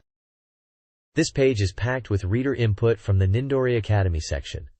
The main feature is a lively debate asking which princess, Peach, or Zelda is stronger in various ways. Readers submitted their arguments for both sides, offering different perspectives on their strengths. Ultimately, Peach took the top spot in the reader poll. There's also a game emergency squad, where readers can ask for help with tricky game problems, like how to catch a coelacanth in Animal Crossing on 64, a classic struggle. The Pride of My Village section lets Animal Crossing players brag about cool things they've accomplished or found. Plus, check out this awesome handmade Kirby cushion that a reader crafted. There's even a quick "Say a Word" section for short messages and notes, explaining how readers can submit their own thoughts and questions to the magazine. This page dives into the Nindori Academy's reader submissions, kicking off the new year with players sharing their thoughts on the latest games. It's all about getting those honest feelings out there, not just assigning scores. Leading the charge are impressions for 2 major titles. First up, Super Smash Bros. Melee. The reader points out that it's not just a game for hardcore Smash fans, but a celebration for anyone who loves Nintendo from way back. They highlight the deep love for Nintendo packed into the game, especially praising the vast collection of classic characters appearing as trophies or figures, bringing back serious nostalgia. Next, there's a look at Ace Attorney. The reviewer is hooked by the unique trial system and the sheer fun of deduction. They note that while the title is trial, it's distinct from a real courtroom, calling it a truly innovative game in the industry. The appeal comes from the blend of logical reasoning and the cast of quirky, memorable characters you encounter throughout the cases. The page also includes a section for short, one-word impressions, where readers give quick takes on various games, like how cool Fox looks in Smash Melee, or the dedication required for games like Rollerball Kirby. There's also an update from the Pride of My Village corner, announcing a cool GameCube moving service for Animal Crossing players. Many readers contributed their thoughts this month, and the page thanks everyone who sent in their impressions and messages. Nindori Academy's compilation department launched reader surveys, starting with Animal Crossing Plus for GameCube. Nearly half of respondents are undecided, while a third plan to buy it. A survey on the GBA cable showed similar indecision. The Panasonic Q, a GameCube/DVD combo, received mixed reviews, praising its DVD playback but noting its unusual design and high price. The N.in.Dori Information Network section discussed the intense DUS console war between Xbox and GameCube and PS2 sales, highlighting the upcoming releases of Pikmin and Super Smash Bros. DX. Finally, the article defined the gaming term camping and offered advice on playing GoldenEye. This death hermit will teach you Q&A lecture tackles technical questions about video game consoles. The Hermit explains 64 controller pin differences, clarifying that the N64 multiplexes data over fewer pins compared to the Super Famicom. Common electrical terms like AV, AC, and DC are defined, and the Hermit explains how adapters convert wall power to console power. He confirms that lowering the Game Boy Advance volume extends battery life, though the difference is minimal. Concerns about GameCube CPU wiring and condensation are addressed, with the Hermit assuring the systems are designed for voltage protection and suggesting the GameCube's fan might offer better condensation resistance. The sidebar profiles the Hermit, highlighting his quick and strange answers, his dislike for hot Calpis, and his search for a transparent cola. This page kicks off Volume 5 of the Capcom vs. SND feature, where Capcom teams up with Super Nindori. The main event highlighted is a special confrontation between Capcom's Yasuna Urasawa and Super Nindori's Kei Taisa. We get a look at Capcom's server contents for mobile phones, covering games accessible via iMode, ESWeb, and JSki, like Street Fighter Zero. Rapid Battle. There's also an update on the official Capcom website, mentioning ongoing campaigns, email magazines, and merchandise like Resident Evil jackets and umbrellas, modeled by Yasuna Urasawa herself. They also highlight demo versions of games like Phoenix Wright, Ace Attorney available on the site. The core of the page details the fourth Capcom vs. Nindori Showdown Arena, this time focusing on Capcom vs. SNK 2. Leading up to the national tournament, preliminary matches are happening across Japan. This particular match features Kei Taisa challenging Yasuna Urasawa. Photos show the intense battle, and Yasuna even competing in Chun-Li cosplay. The final score is revealed, with Yasuna Urasawa taking the victory with 3 wins to Kei Taisa's 1. Finally, there's a reader present section offering prizes related to the event, and some exclusive goods, including a special Chun-Li t-shirt and Capcom merchandise set. The next page features the Akihabara Price Investigation Team, diving into the current market prices for GameCube and Game Boy Advance software as of December 12th. First up is the GameCube software section. The text notes that major new releases are really heating things up, mentioning big hits like Super Smash Bros., Melee, Super Monkey Ball, Pikmin, and Luigi's Mansion. While some other launch titles might be a bit slow, the strong newcomers are keeping the market exciting. A screenshot of Pikmin accompanies the text, highlighting its continued stable popularity and price since launch. The table lists prices from Akihabara compared to retail, along with release dates, publishers, and player counts for these and other GC games. Below that is the Game Boy Advance software price section, also based on a December 12th survey. This massive table covers a wide range of GBA titles, detailing their genre, suggested retail price, the observed price in Akihabara, release date, publisher, the number of players supported, whether they support multi-cart or one-cart multiplayer, and if they have other features like mobile adapter support. It's a snapshot of the vibrant GBA market at the time, showing what players could expect to pay for their favorite portable games in the heart of Akihabara. This page is titled, Let's Talk About Animal Crossing Plus, featuring a charming layout with portraits of characters from the game mixed with real people involved in its creation, all framed by cheerful gyroids. The characters depicted include familiar faces like Copper the police dog, Rover, Sable, Tortimer, Jingle, Tom Nook, the Duck Sisters Kiki and Lala, Mr. Resetti, Jack, Pumpkin King, KK, Slider, Porter the station attendant, Cap'n, and Blathers.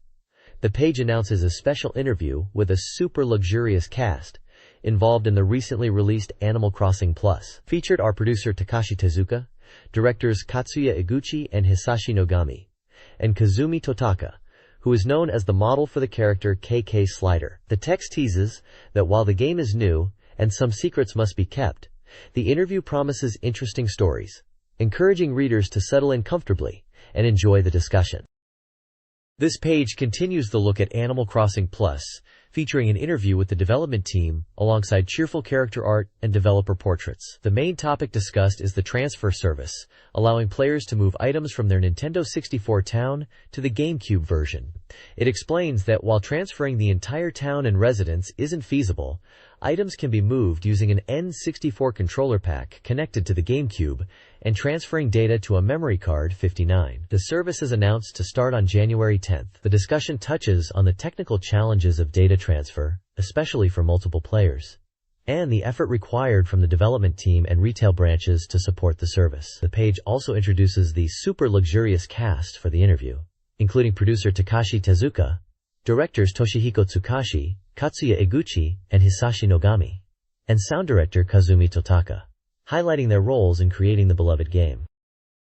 This page continues the interview with the Animal Crossing Plus development team. They discuss the importance of backing up player data to prevent loss when using the transfer service, and the logistical challenges involved. The developers share their perspective on playing the GameCube version after working on the N64 original, noting how they incorporated new Plus elements while preserving the core experience. They express surprise and joy at the game's wide appeal across different demographics, from men playing intently to young couples and entire families enjoying the game together. Memorable player feedback, such as reactions to KK Slider, is highlighted. The team also touches upon the development staff size, mentioning a slight decrease from the N64 version, but a change in the balance between programmers and designers. Finally, the page briefly mentions the Game Boy Advance connectivity feature that allows players to meet Cap'n. This page continues the interview with the development team behind Animal Crossing Plus. The developers discuss the technical improvements, specifically highlighting the jump to 60 frames per second from the N64's 30. Which makes movement and scrolling much smoother. They talk about the significant effort put into various aspects of the GameCube version, with the Game Boy Advance connectivity being a key feature they focused on. Fan-favorite characters are also a topic. They delve into the origins of Cap'n, noting that his unique personality and the dialogue between his songs are a particular favorite. Mr. Rossetti's improved expressions in the GameCube version are mentioned, making his character even more impactful. They also briefly touch on the suntanning feature. It's clear the team put immense thought into bringing the world and its inhabitants to life. This page continues the fascinating interview with the creators of Animal Crossing Plus. The developers share more insights into the game's design and features. They talk about the beloved character Cap'n, noting that while his dialogue is great, his songs are particularly memorable. Getting Famicom games via the island is highlighted as a cool feature. They also touch on the process of creating the overseas version, mentioning the challenge of localizing holidays and names. Mr. Rossetti comes up again, with the developers recounting stories of players, even children, getting genuinely upset by his scolding. They admit they initially made him a bit milder but increased his intensity during development. The jump from 64 to GameCube allowed for interactive radio exercises, a feature they were excited about for the summer 2002 release. The game also boasts more events, like village anniversaries where the mayor gives you items, and even the ability to do proper landscaping. They discuss features that were planned but had to be cut due to development hurdles. Additions like the museum in the basement were key, expanding the places where players could store and display items, a direct improvement based on feedback from the N64 version. The possibility of multi-story houses was also explored, with a screenshot showing a two-story house. Finally, they briefly mention a memorable CM for the radio exercises that featured a unique Chinese instrument. This page continues the in-depth interview with the developers behind Animal Crossing Plus. They discuss improvements made for players who don't play daily, although acknowledged store hours remain the same. The popular Fukubiki lottery is still only once a month, but Tokubai special sales now occur during regular business hours, unlike the N64 version where they were only for an hour. Changes in gameplay mechanics are also highlighted. Catching bees is now harder, while shaking trees to get money is easier, which they jokingly attribute to feng shui influences being stronger. Terrain saw significant changes. While the overall map size is similar, cliffs are now three-tiered, offering more varied geography. Bridges are also more common, and the village elder, Cap'n, is the one who builds the first bridge, appearing at key points. The developers note visual changes too, with pine trees added, and overall scenery being more diverse, especially with palm trees on the island. Mail delivery is mentioned, focusing on attaching clothes players want to see villagers wear. The village population remains 15, unchanged from the N64, with discussion about how buried items were handled. They confirm that villagers who left in the N64 version can return in the GameCube version, which is a big change. A screenshot shows Mr. Rossetti, and another shows Tom Nook's store, emphasizing its importance as a daily stop. This page continues the deep dive into Animal Crossing Plus with the developers. They explain that villagers can now leave town randomly, but it's usually the ones you haven't bonded with, which is a welcome change. Conversely, if you travel, a villager you're close to is more likely to move in. The discussion moves to special characters and items. Returning special residents like Johnny are mentioned, along with items you can get from the island, and even the village elder, Capit. Tom Nook's store is still the primary place for furniture, but other items come from the post office and museum. A significant portion covers the game's unique sound design. Sound director Totaka explains the guiding principle was creating music that is never unpleasant. They aimed for comfortable, non-persistent, and non-characterless sounds.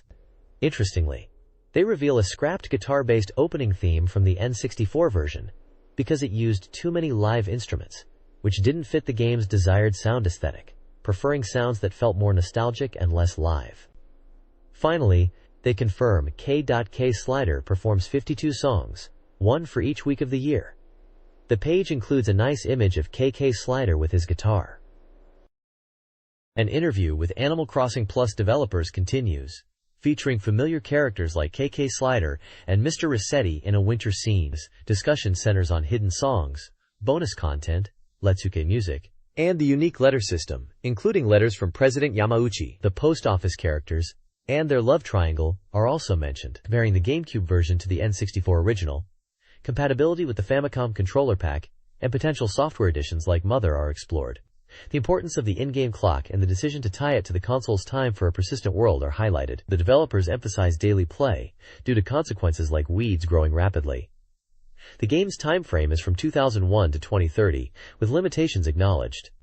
The interview also mentions the exercise radio as a desirable item. This page continues the interview with the developers of Animal Crossing Plus, including Eguchi, Nogami, Tezuka, and Totaka. They share some favorite items and discuss the potential for simple, warm network connectivity to allow players to visit each other's towns in the future. They also mention the need to distinguish Animal Crossing from the upcoming game titled Animal Leader and highlight differences in the GameCube version, like the inclusion of winter bugs, which were absent in the N64 game. Below the interview is a guide for the Animal Crossing data transfer service, allowing players to move data from the N64 version to the GameCube. The service begins January 10, 2002. By sending your N64 controller pack and memory card to Nintendo's Service Center, you can transfer data like your player character, inventory and storage items, caught fish and bugs, and important items like furniture and letters. However, the entire town structure and its residents cannot be transferred. As a reward for using the service, players receive data for special Ice Climber-themed Famicom furniture. This page features the 65th installment of the Nintendo official queue and a mailbag, where readers get their questions answered. There's a holiday greeting, noting that 2001 saw the launch of two new Nintendo hardware systems, the Game Boy Advance and the GameCube, which are set to battle it out in the year-end sales. They express excitement for 2002, anticipating software that will link the two systems, making it a fun year. The page also includes a character data file on Epona, Link's trusty horse from Ocarina of Time, 1998, who was originally conceived as Link's childhood pet. The text mentions her name was decided in 2002, the year of the horse, and hopes she'll appear in the GameCube Zelda title. The main question asks about 2001 from Nintendo's perspective. The answer highlights it as a year of beginnings, citing the unprecedented simultaneous launch of two major new hardware platforms, GBA and GameCube. This set the stage for a new structure, focusing on software connectivity between the systems for 2002. They also touch on other significant events from 2001, like Ichiro Suzuki's success in MLB. The page includes a photo from Space World 2001, a key event where these new systems were showcased. Nintendo's Queue and a Mailbag addresses player questions about GameCube and recent releases. Super Smash Bros. Melee sales are expected to surpass 1 million, driven by holiday sales to younger players. Surprisingly, GameCube Black consoles are outselling orange models. Initial U.S. sales of 740,000 GameCubes in a week set a new record.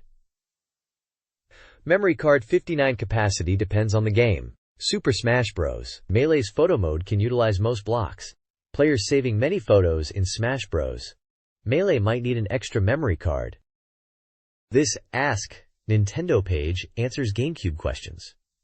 Regarding connectivity, Nintendo has no immediate plans for direct console linking, but future expansion ports exist. Troubleshooting is minimal, thanks to quality control. The metal plate on memory card 59 is for static dissipation. Manufacturing is faster with optical discs than cartridges, thanks to streamlined processes. Finally, Nintendo approves the Sumadera nickname for Super Smash Bros. Melee. despite its temple-like sound. This page continues the Ask Nintendo queue and a section diving into specific GameCube titles and development insights. We get updates on a few anticipated games. First, the status of Meowth's Party is discussed. It sounds like a unique, new kind of entertainment experience is being developed, different from standard games. But the final title might change. We're told they are getting closer to an announcement, though it was only shown as demo footage back in 2000. Next, there's a question about making Pikmin into a series. Nintendo is happy about the demand so soon after the first game's release. It's mentioned that Shigeru Miyamoto has concepts for a sequel, Pikmin 2, and there's hope it could be playable sometime in 2002. The status of Eternal Darkness development is touched upon, with a rather secretive answer, explaining the game was delayed from January to summer 2002 because the developers wanted to improve the content, targeting an older audience. Finally, the question of what Miyamoto will work on next after Pikmin is addressed. It's explained that as the general manager of information development, Miyamoto is involved in a producer role across many Nintendo projects, including Animal Crossing, Doshin the Giant, and even overseas titles like Metroid Prime. He provides guidance on numerous games, rather than focusing solely on directing one project right now. The page features images of Ganondorf, Pikmin characters including Captain Olimar, a screenshot from Meowth's Party, and a photo of Miyamoto himself, illustrating the topics discussed. This page continues the Ask Nintendo section, answering more fan questions. We learn about the future of the card e-reader, with confirmation that cards for Animal Crossing Plus are coming. They hint at new ways to play, possibly involving the GameCube. It's also mentioned that card e-reader support is planned for other popular series like Pokemon Card E, Mario Party, and Game & Watch. Next, there's an update on the TV commercial for Tomato Adventure, which is set to begin airing on January 15th and will be heavily focused on tomatoes. The page features the charming Tomatrio characters from the game. A question about the longevity of the Game Boy Advance gets a reassuring answer. While the warranty is short, the system is built tough and should last for many years with careful use, just like the original Game Boy, which some people still play over a decade later. Finally, Nintendo is asked about their top-selling games. While they don't release official sales rankings, they state that in terms of units shipped, the Pokemon series is overwhelmingly number one, with the Mario series also being incredibly strong, especially the Famicom-era titles. They note that worldwide, Nintendo games dominate, referencing an industry report that showed very few non-Nintendo titles in the top 50 shipments from Japan. The page features images of KK Slider, the Tomatrio, and Game Boy Advance systems. This page dives deeper into the Ask Nintendo question box, starting with a look at top overseas shipments. While not a full sales breakdown, it highlights that classics like Super Mario Bros., Duck Hunt, Tetris, and Super Mario World were massive international hits, with Super Mario 64 and Ocarina of Time also making the top 10. On question 19, Nintendo explains why they don't always announce shipment numbers. They prefer to highlight milestones, like Ocarina of Time reaching 1.4 million, rather than releasing figures that might make long-selling titles seem less successful initially. They reveal the Pokemon series has shipped an incredible 62.56 million units worldwide, a truly astronomical figure in the game industry. Question 20 addresses the surge in Nintendo's stock price, past 20,000 yen. Nintendo attributes this to investors being optimistic about the company's future, especially with the upcoming GameCube and Game Boy Advance launches. They note the stock price fluctuates, but sees continued potential for growth. Finally, question 21 confirms that President Yamauchi is indeed supporting game developers. The FundCube initiative provides 10 million yen grants from his personal fortune to help venture companies developing GameCube and GBA software ideas. This massive 20 billion yen investment is aimed at expanding the boundaries of the game industry. The page also includes a call for readers to submit their questions for the Nintendo question box and features a charming fan drawing of Shigeru Miyamoto with some of his iconic characters. This page provides a year-end retrospective on 2001, focusing on the monumental shift for Nintendo with the release of new hardware. The headline declares a rush of new hardware we've never seen before, highlighting the launch of the Game Boy Advance on March 21st and the Nintendo GameCube on September 14th, with images of both consoles displayed. The page then dives into the top 10 big news of 2001 for Nintendo. Unsurprisingly, the GameCube launch takes the top spot, signifying the start of a new console generation. The Game Boy Advance launch is number 2, recognized for its massive sales success shortly after release. Other major news includes the surprising announcement of The Legend of Zelda, The Wind Waker for GameCube, prompting debate among fans about Link's new look, and the announcement that the entire Resident Evil series would become exclusive to the GameCube, suggesting 2002 could be a big year for the horror franchise on Nintendo's console. The list also touches on Sega developing games for Nintendo's platforms, new connectivity options like the mobile adapter GB for the Game Boy, and the 20th anniversary of Mario. Finally, a small graph illustrates the shift in software releases, showing a decline in 64 and original Game Boy titles from 2000 to 2001, while GameCube and Game Boy Advance releases began to ramp up, marking the clear transition to the new systems. This article covers various announcements, including a customizable Shiren the Wanderer GB2 calendar, Kirby, Right Back at Ya anime previews, and the grand opening of the expanded Pokemon Center in NYC. New products are also highlighted, like a Game Boy Advance carrying case, Pokemon Kids figures, with candy, a Pikachu Pichu music toy, and Zelda, Ocarina of Time Ramune candy with figurines. Finally, new capsule toys based on Chichai Marion are announced. The next page has some great news and recommendations. First up, the Rockman XE series, known as Mega Man Battle Network over here, is getting an anime adaptation, and it's currently deep in production. You can see main characters Lan and Mega Man.exe ready for action. There's a cool limited edition Game Boy Advance that was released exclusively at Jasuko stores in Japan. It's a milky blue color and features unique artwork of Mario and Luigi right below the screen. A neat collector's item for fans. We also get a behind-the-scenes look at the filming of commercials for Sonic Adventure 2 Battle and Sonic Advance. The report mentions mascot costumes of Sonic running through residential areas and even using a trampoline for some big jumps. Plus, new game character pouches featuring popular Nintendo characters were released, perfect for carrying your Game Boy Advance games. Designs shown include Super Mario, Wario, Fire Emblem, and The Legend of Zelda. Finally, the Mario Club gives their recommendations for 4 noteworthy games heading into the year-end holidays. This includes Animal Crossing Plus for the GameCube, highlighting its freedom and GBA connectivity, Super Mario Advance 2, which bundles Super Mario World and Super Mario Advance for great value, Tekken Advance, bringing the popular fighting series to the GBA with surprisingly smooth 2D action, and Gradius Generation, Gradius Galaxies in some regions, the latest entry in the classic shooting series, featuring familiar weapons and a tough challenge mode for experts. This page highlights various gaming events.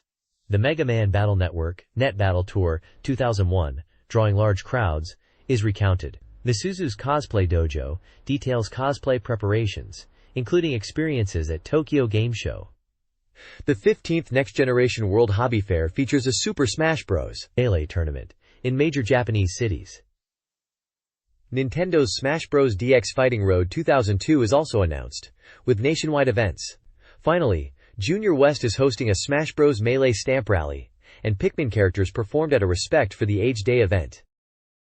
This page is a digest of new Bomberman software releases. It features Bomberman 64 for the Nintendo 64, presented as a compilation including popular past titles such as the classic Bomberman battle game, the falling block puzzle game Panic Bomber, and Same Game, along with various attraction minigames. The content highlights the game's versatility for both solo enjoyment and lively multiplayer sessions. Screenshots showcase the familiar battle grid, minigame areas, and the included puzzle titles. The page also covers Bomberman Max 2 for the Game Boy Advance, released in 2 versions, Bomberman version and Max version. This action game features 100 stages to clear, focusing on collecting and raising partner creatures called Carabomes to help fulfill stage conditions. Screenshots show the action gameplay, stage clear conditions, character models like Bomberman and Max, and the Carabomes. The text also briefly mentions the differences between the 2 versions and the Link Cable Battle Game mode, where players can pit their trained Carabomes against each other or combine them. Coming soon are 4 games for GameCube and Game Boy Advance. Battle Hoshin, a GameCube action game based on Fengshen Yanyi, features 3D combat, magical items, and legendary figures. Magical Hoshin, GBA, is a top-down RPG with a similar theme, offering exploration, puzzles, and turn-based /action combat. Bloody Roar Extreme, GameCube, delivers enhanced beast transformation fighting with beast drive attacks.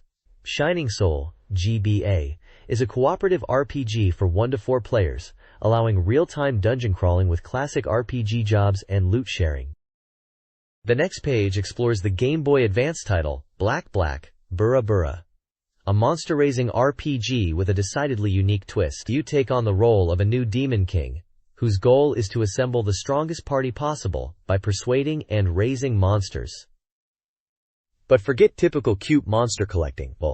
While the characters and battles might look adorable, the game's personality is described as pretty cute, but pretty spicy. This means the monsters you encounter are often selfish, willful, and their dialogue can be surprisingly crude or difficult, providing the game's darker edge. The core gameplay involves dungeon exploration, battling, and crucially, convincing these unruly monsters to join your side. This isn't simple.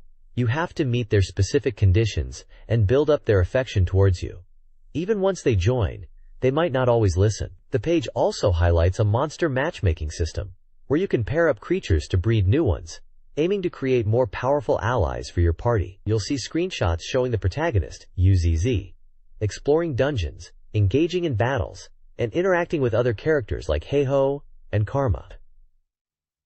The persuasion and matchmaking mechanics are also illustrated, showing how affection levels influence success or failure in recruiting and breeding. It's an RPG that definitely doesn't take itself too seriously, promising a fun, if slightly off-color, monster adventure.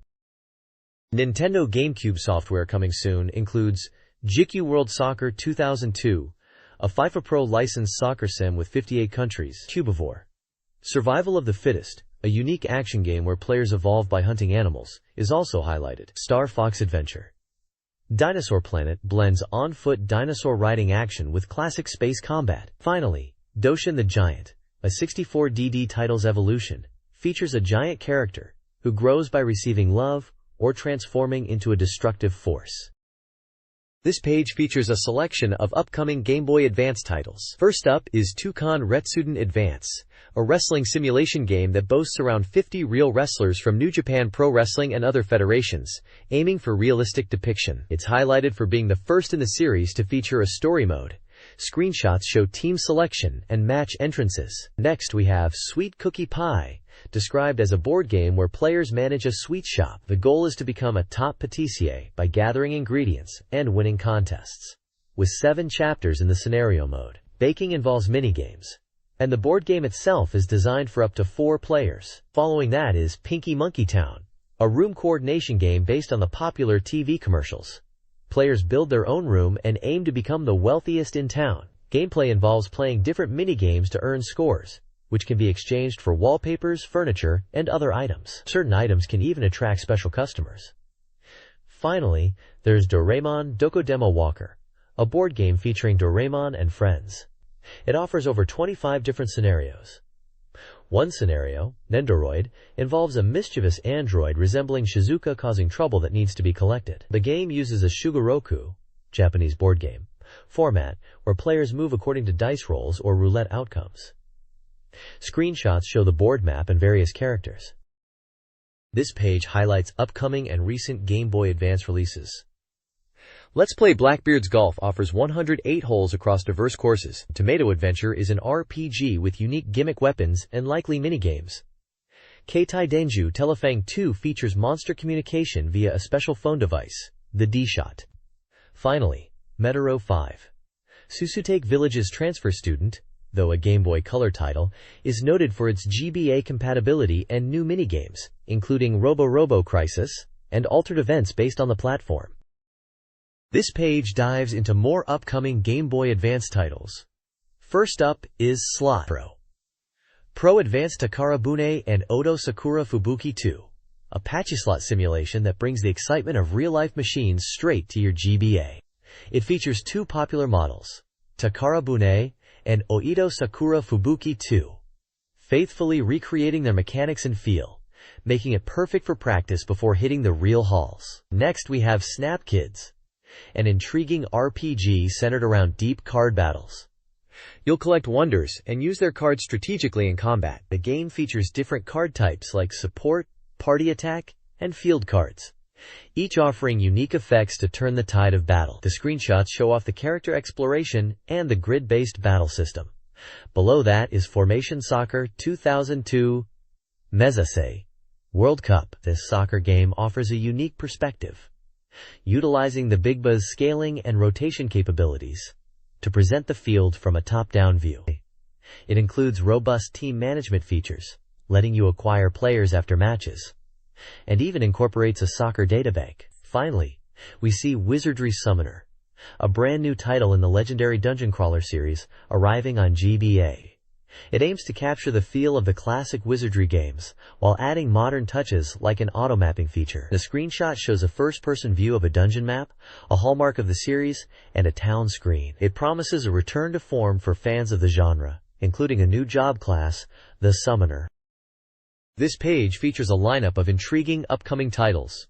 First up is Domokun, an TV game, where the beloved NHK mascot Domokun gets sucked into a television and must clear various programs which serve as different game stages. It looks like a charming and varied collection of challenges. Next is Legend of the River King 5, the latest entry in the popular fishing RPG series, now making its debut on Game Boy Advance. The magazine highlights significant power-ups, including beautiful graphics and incredibly realistic fish movement. The exploration now uses a quarter-view perspective, and fishing is shown through dynamic underwater scenes. Then we have Monstar Traveler, a monster-breeding RPG for Game Boy Color. Set among 3 resource-rich planets in the galaxy, humans are expanding, interacting with native cosmos. You'll raise these creatures from eggs, forming bonds or engaging in battles. Finally, there's Dai Mahjong. On Game Boy Advance, this is presented as an accessible and affordable mahjong game that supports up to 4 players with just 1 cartridge. It includes modes like the Golden Cup League and a free match, where you can pick your opponents from a roster of characters. The interface looks clean and easy to read for mahjong fans. This page features the Soryuk Mario section, which includes a small illustration corner at the top, likely featuring a character eating special osechi ryori. The main focus is the Grand Hall of Illustrations, showcasing creative fan art inspired by various Nintendo games. There's a note mentioning this month's corner focuses on Christmas illustrations due to popular demand, alongside general submission guidelines like keeping artwork a 5 size or smaller. It also advises against mixing illustration submissions with postcards for other features. The illustrations highlight a range of fan favorites. You'll see delightful Christmas-themed pieces featuring Kirby and Link from The Legend of Zelda, as well as classic Mario characters like Mario, Luigi, Ness, and Pikachu, all gathered around a festive tree adorned with Pikmin. Other artworks showcase the charming world of Magical Vacation, the unique characters of Pikmin in various scenes, and the heroes of Fire Emblem, specifically Marth from Mystery of the Emblem and Roy from Binding Blade. There's also a dynamic illustration featuring characters from the Ace Attorney series, and a fun depiction of the Star Fox team. It's clear the fans have a wide range of tastes and artistic talent, capturing the spirit of these beloved games. This page is part of the Mario Royal Guards feature, diving deep into the creative talents of the readers. The top section showcases some fantastic fan art, featuring popular games of the era. You've got charming depictions of the cast from Magical Vacation, a dynamic piece with Mega Man characters, an epic ensemble from The Legend of Zelda featuring Link, Zelda, Ganondorf, and even Pikachu and Wholeness from Super Smash Bros. There's also a fun scene from Animal Crossing, with villagers enjoying mochi in a snow hut, and some festive Kirby artwork. Know that there's a heartwarming section dedicated to illustrations by young artists under 10 years old. It's awesome to see the next generation getting into gaming and art. These simple yet expressive drawings show love for classics like Mario, Kirby, Animal Crossing, The Legend of Zelda with Link and Shy Guy, Pikachu, and the Ice Climbers. Finally, the page includes illustrated fan letters from readers. These aren't just notes. They often come with cool sketches or requests. Fans are drawing everything from Dark Link from Zelda to familiar Mario characters and Kirby. Some letters even mention specific characters or games they want to see featured, showing just how engaged the community is. It's clear the passion for Nintendo runs deep with these fans. This page is a fan art feature combining the themes of Ichiban, meaning favorite or number 1, and Merry Christmas. Readers submitted festive artwork showcasing their passion for various games and characters. The page is filled with diverse illustrations, covering a wide range of popular Nintendo titles. You'll see characters from The Legend of Zelda, Earthbound, Mother 2, Pokémon, Sonic the Hedgehog, Super Smash Bros., Mario Kart, Animal Crossing, Kirby, Dragon Quest monsters, and the classic Mario series, all depicted in holiday settings or celebrating their Ichiban status. Artists from across Japan share their creations, adding short comments about their work, like a fan's anticipation for Super Smash Bros. Melee, or someone's love for collecting the 8 melodies in Earthbound. It's a delightful collection showing the creative spirit of the Nintendo community during the holiday season. The next page is part of the Mario Vanguard section, featuring fan-submitted 4-panel manga comics under the title 4-Panel Manga Tenement House. It's a collection of humorous strips based on popular Nintendo games, showcasing the creativity of readers from various prefectures across Japan. The comics cover a range of titles including the Mario series, The Legend of Zelda, with clear references to Majora's Mask and potentially others, Super Smash Bros., Melee, and Pikmin. You'll see familiar characters like Mario, Luigi, Princess Peach, Toad, Link, Navi, Captain Olimar, and various Pikmin. Specific comics touch on funny scenarios like Link dealing with communication issues or trying to be a camera operator in Super Smash Bros. Melee, a Toad acting as a guard for Peach, and the classic struggles of pulling Pikmin that won't come out. There's even a comic referencing Ganondorf, appearing as a hidden character in Melee. It's a fun look at how fans interpret and play with beloved characters and game mechanics. This page features the Illustration High-Rise Tenement Building, showcasing a fantastic collection of fan art submitted by readers. It's a vibrant display of creativity centered around popular games. You'll see a wide array of illustrations covering many beloved series. The Legend of Zelda is heavily featured, with multiple pieces depicting Link, Marin from Link's Awakening, and Sheik, often with festive Christmas or winter themes. Kirby characters like Kirby and King Dedede are also popular, including a unique crossover illustration with Pikmin. Fans also submitted art for Super Smash Bros., featuring various characters, and even a mention of Super Smash Bros. Melee. Other games represented include Golden Sun, Fire Emblem, Pokémon, Mega Man Battle Network, Phantasy Star Online, Guilty Gear, Mystery Dungeon 2, Shiren the Wanderer, with a cool collaborative piece, and Panel Depon. The illustrations span various styles, from charmingly cute to dynamic and action-packed. The captions give glimpses into the artist's inspirations, celebrating holidays, characters, and their favorite games. It's a great look at the diverse fandom. This page is packed with fan art submissions, continuing the showcase of reader creativity. The top section is dedicated to the Mario Royal Guard, featuring various illustrations from different series. You'll see Princess Peach from Super Smash Bros. Melee, characters from The Legend of Zelda, including what looks like Marin and the Ocarina of Time trio, multiple pieces from Star Fox, and even a fun crossover featuring Kirby alongside Fox and Link. Other games highlighted in fan art include Goemon, Golden Sun, and Wave Race. Blue Storm, with artists sharing their thoughts on the games and characters. There's a special cooperative heart section displaying collaborative illustrations, such as a dramatic take on Zelda characters, and a large Christmas-themed piece combining characters from many different Nintendo franchises like Mario, Kirby, Pokémon, The Legend of Zelda, and Metroid. Below, the Kitaru Katachi section presents some more unique and quirky fan art, including imaginative creatures and humorous takes on characters like the Mario Brothers. Finally, the page details how readers can submit their own illustrations for future features, and lists readers who have been promoted in the magazine's ranking system. This page is a fantastic guide for players diving into Super Smash Bros. Melee, focusing on how to unlock some of the game's hidden fighters. It's a special feature revealing the conditions needed to add 4 specific characters to your roster. You'll find images and details for Luigi, Ganondorf, Marth, and Pichu. The text explains that once you meet certain requirements, these characters will appear, and if you can defeat them in battle, they become playable. For characters with multiple conditions listed, you only need to satisfy one. For Luigi, one way is to clear the Mushroom Kingdom stage in Adventure Mode when the timer's seconds digit is at 2, then beat him quickly in the next stage. Alternatively, playing 800 versus matches does the trick. Ganondorf can be unlocked by clearing Event Match 29, or by simply playing 600 versus matches. Marth joins the fight after you clear Classic Mode with all 14 starting characters, or by playing 400 versus matches.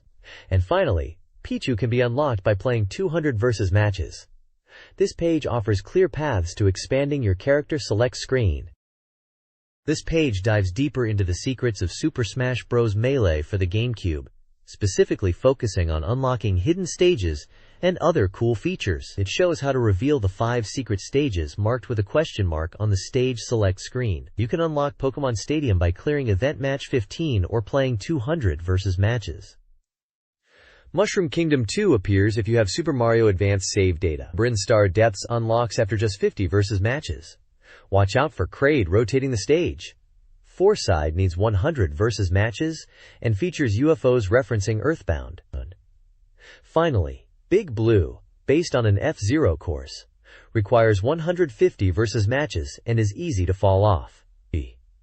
Beyond stages, there's a neat trick for Fox players. Pressing left or right on the D-pad during a versus match on Corneria or Venom stages lets you communicate with allies or taunt opponents. Plus, in tournament mode name entry, selecting Leave It to Me can generate a ton of unusual names, including some fun character names, and even names related to Nintendo staff. The bottom section is a call for players to submit their own dream techniques or game tips and secrets, with a ranking system and contact information for submissions via postcard or fax. This page is from a section called Lock On Boulevard Shopping District Special, featuring recommended games from the magazine's editorial staff for GameCube and Game Boy Advance. 2001 was a huge year for Nintendo with the release of both systems, and the staff picked one standout title for each system to help readers choose gifts. Animal Crossing was noted as being especially popular within the department. The page highlights 5 editor picks. Pikmin for GameCube, recommended by Sauhen, who enjoyed the unique experience of discovering strange creatures. Goopuk, Golden Sun for Game Boy Advance, picked by Massey, praised for its exceptional graphics and sound quality as a portable RPG. Super Smash Bros. Melee for GameCube, Slicer's Choice, highlighted as a luxurious yet easy-to-pick-up fighting game enjoyable for everyone. SSX Tricky for GameCube, recommended by Kisu Tengai, who loved the exhilarating speed, music sync, and impressive snow visuals. Super Robot Wars for Game Boy Advance, Schmidt's pick, described as a passion-filled portable strategy RPG that condenses the heroic spirit of the series. There's also a small note about a past promotion at Toys R Us offering a Game & Watch manhole card e-reader card, mentioning the distribution has ended but anticipating future card releases. This article features GameCube and Game Boy Advance recommendations from Japanese gaming editors. Kai recommends Super Monkey Ball, GC, for its addictive multiplayer, and Phoenix Wright, GBA, for its engaging mystery. Endo also likes Super Monkey Ball, GC, and Mr. Driller, Chew, GBA. Nakauchi prefers Wave Race, Blue Storm, GC, and Sensara Saga, GBA. Kion suggests Animal Crossing, GC, and Phoenix Wright, GBA. Finally, Gosaka recommends Universal Studios, Japan Adventure, GC, and A Study Aid, GBA. The editors express strong enthusiasm for both systems and their diverse games. The next page presents a 64DD distinct corner catalog featuring 10 64DD compatible games, starting with Giant of Doshin 1, a game without specific objectives where you control a giant to help or hinder the villagers. Mario Artist Talent Studio allows players to create original content, animations, and promotional movies, even incorporating faces from the Game Boy camera. Next is SimCity 64, a 64DD version of the popular city building simulation, with a 3D perspective and the ability to converse with residents. Japan Pro Golf Tour 64 is a separate online golf game sold through the RANDNet service, featuring monthly tournaments. Mario Artist Communication Kit facilitates the exchange of creations from the Mario Artist series via modem. Mario Artist Paint Studio is a drawing tool, which is compatible with the Nintendo mouse, includes Nintendo characters, and landscape photos. RANDNet Disk is software for internet connectivity, including browser and email functions. The Zero X Expansion Kit allows players to create new courses and machines for Zero X, while the Giant of Doshin Liberation Front, Chibiko Chibiko Great Assembly Disk, offers additional puzzles for Giant of Doshin 1. Lastly, Mario Artist Polygon Studio provides tools for creating 3D CG models, which can be used in minigames or printed as papercraft. This page presents an overview of the 64DD Nintendo 64's disk drive add-on, discussing its features, launch, and relatively short lifespan. The 64DD, short for Nintendo 64 disk drive, connected to the bottom of the N64. It used 64 MB magnetic discs. Originally intended as a game changer, it was released through a partnership between Nintendo and Recruit's RandNet DD, limited to 100,000 members. The service cost 2,500 yen per month, which included the 64DD unit itself, discs, and internet access. A 3,300 yen option included an N64 console. Service began on December 11, 1999, but due to vague content and few games, membership stagnated at around 15,000. All services ended on February 28, 2001. New 64DD units are now rare, only available through auctions or private sales. The 64DD set included a modem, a clear black N64 console, 64 MB discs, and additional peripherals like the memory expansion pack, capture cassette for video and image capture, and a mouse. A Q&A section addresses whether the 64DD can still be repaired, with Nintendo stating they still offer repair services for 64DD units if parts are available. The page also features an image of the Nintendo 64 keyboard, sold exclusively through RandNet's online shop, with more details on the item. The next page is a feature on the 64DD, highlighting its features and some of its games. The page questions whether people have fully explored the potential of the 64DD, and suggests that it has hidden worlds to discover. It mentions the unique connectivity between games using disc swapping, where characters created in one game, like an art program, could appear in others. The author laments the unfulfilled potential of the system, imagining features like designing furniture in Dobutsu no Mori, Animal Forest, or creating original characters in Super Smash Bros. The author feels that the 64DD was ahead of its time and gave a glimpse into the future of gaming. The page focuses on the Mario Artist series, particularly Talent Studio, which is considered a masterpiece on the N64. It showcases the ability to create movies by combining backgrounds created in Paint Studio and 3D models made in Polygon Studio.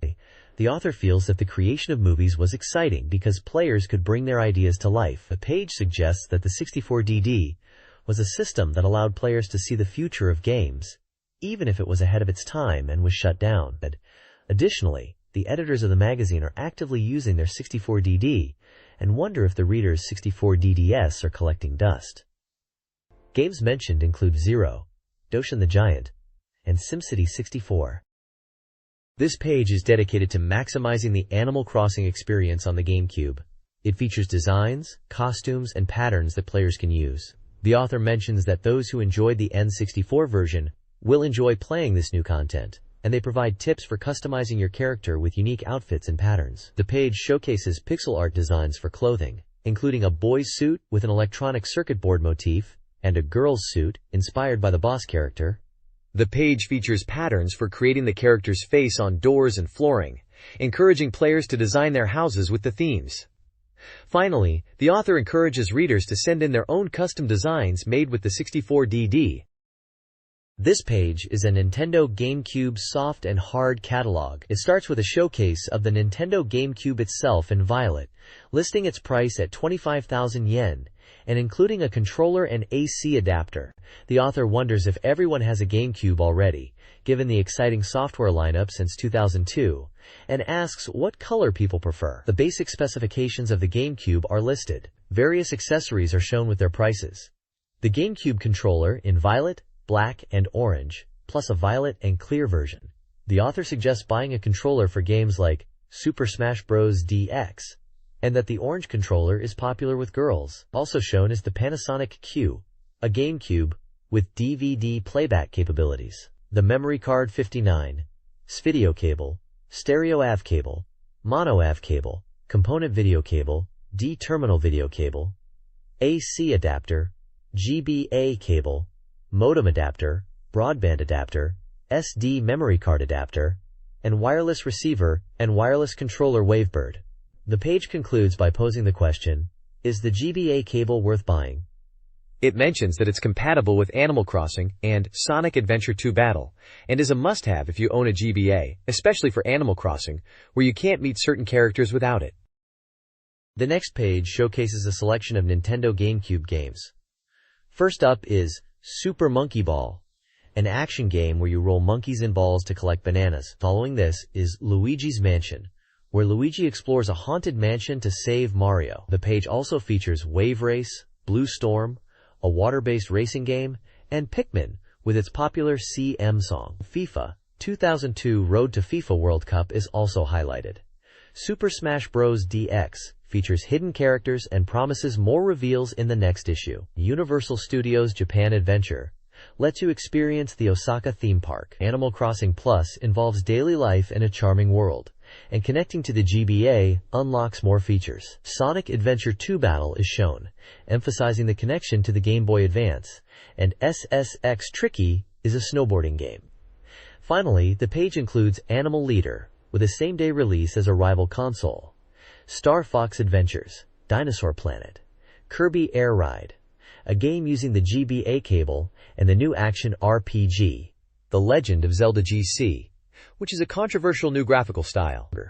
The page also includes a guide to the game categories by color, such as Act for Action, Rack for Racing, SPT for Sports, Tab for Table, AdV for Adventure, RPG for Role-Playing, SLG for Simulation, etc. for Other, SHT for Shooting, and PUZ for Puzzle. Several upcoming Nintendo GameCube titles are highlighted, including fighting games like Soul Calibur 2 and Bloody Roar Extreme, action games like Groove Adventure Rave and Battle God, and the Resident Evil series with remakes and sequels. Disney's Mickey, Batman, Mario Sunshine, and Bomberman generation are also slated for release. Eternal Darkness. Invited 13 promises a psychological horror adventure, while Giant Doshin returns from the 64DD. Several titles are marked as temp, indicating potential changes or further details to come. This page highlights several upcoming GameCube titles. First up are racing games. Toge Battle, temp, a new racing IP, Donkey Kong Racing, temp, featuring animal mounts, and Ridge Racer Series, temp. Next, we have RPGS, Eternal Arcadia, ported from the Dreamcast, and Gold Mountain, a Patracing RPG. Phantasy Star Online, temp, is coming to the GameCube, promising online play, and Rune, temp, a card action RPG. Also featured is Star Wars Rogue Leader, Rogue Squadron 2, praised for its opening cinematic, and Metroid Prime, temp, a highly anticipated first-person adventure. The page also includes 1080° GC, temp, a snowboarding game, Jikyo World Soccer 2002, and Hyper Sports 2002 Winter, featuring winter sports. Finally, there is Virtua Striker 3Ver 2002. The bottom of the page asks readers to submit photos of their GameCube rooms and suggests sending in organizing tips and tricks for GameCube accessories. This page provides a software release schedule for Nintendo GameCube, Game Boy Advance, and Game Boy Color games. For the GameCube, highlights include SSX Tricky, Animal Crossing, Star Wars Rogue Leader, Rogue Squadron 2, and Eternal Darkness. The list includes release dates, genres, publishers, and prices. The Game Boy Advance section features games like Tekken Advance, Breath of Fire 2, Super Puzzle Bobble Advance, and Guilty Gear X Advance Edition. As with the GameCube titles, the list provides details such as release dates, genres, and prices. Finally, the Game Boy Color section includes titles such as Sylvania Family 3, Kisake Hamster, Sherman King titles, and Super Gals, Kotobuki Ran 2. There are release dates and prices. Please provide the text you would like me to summarize.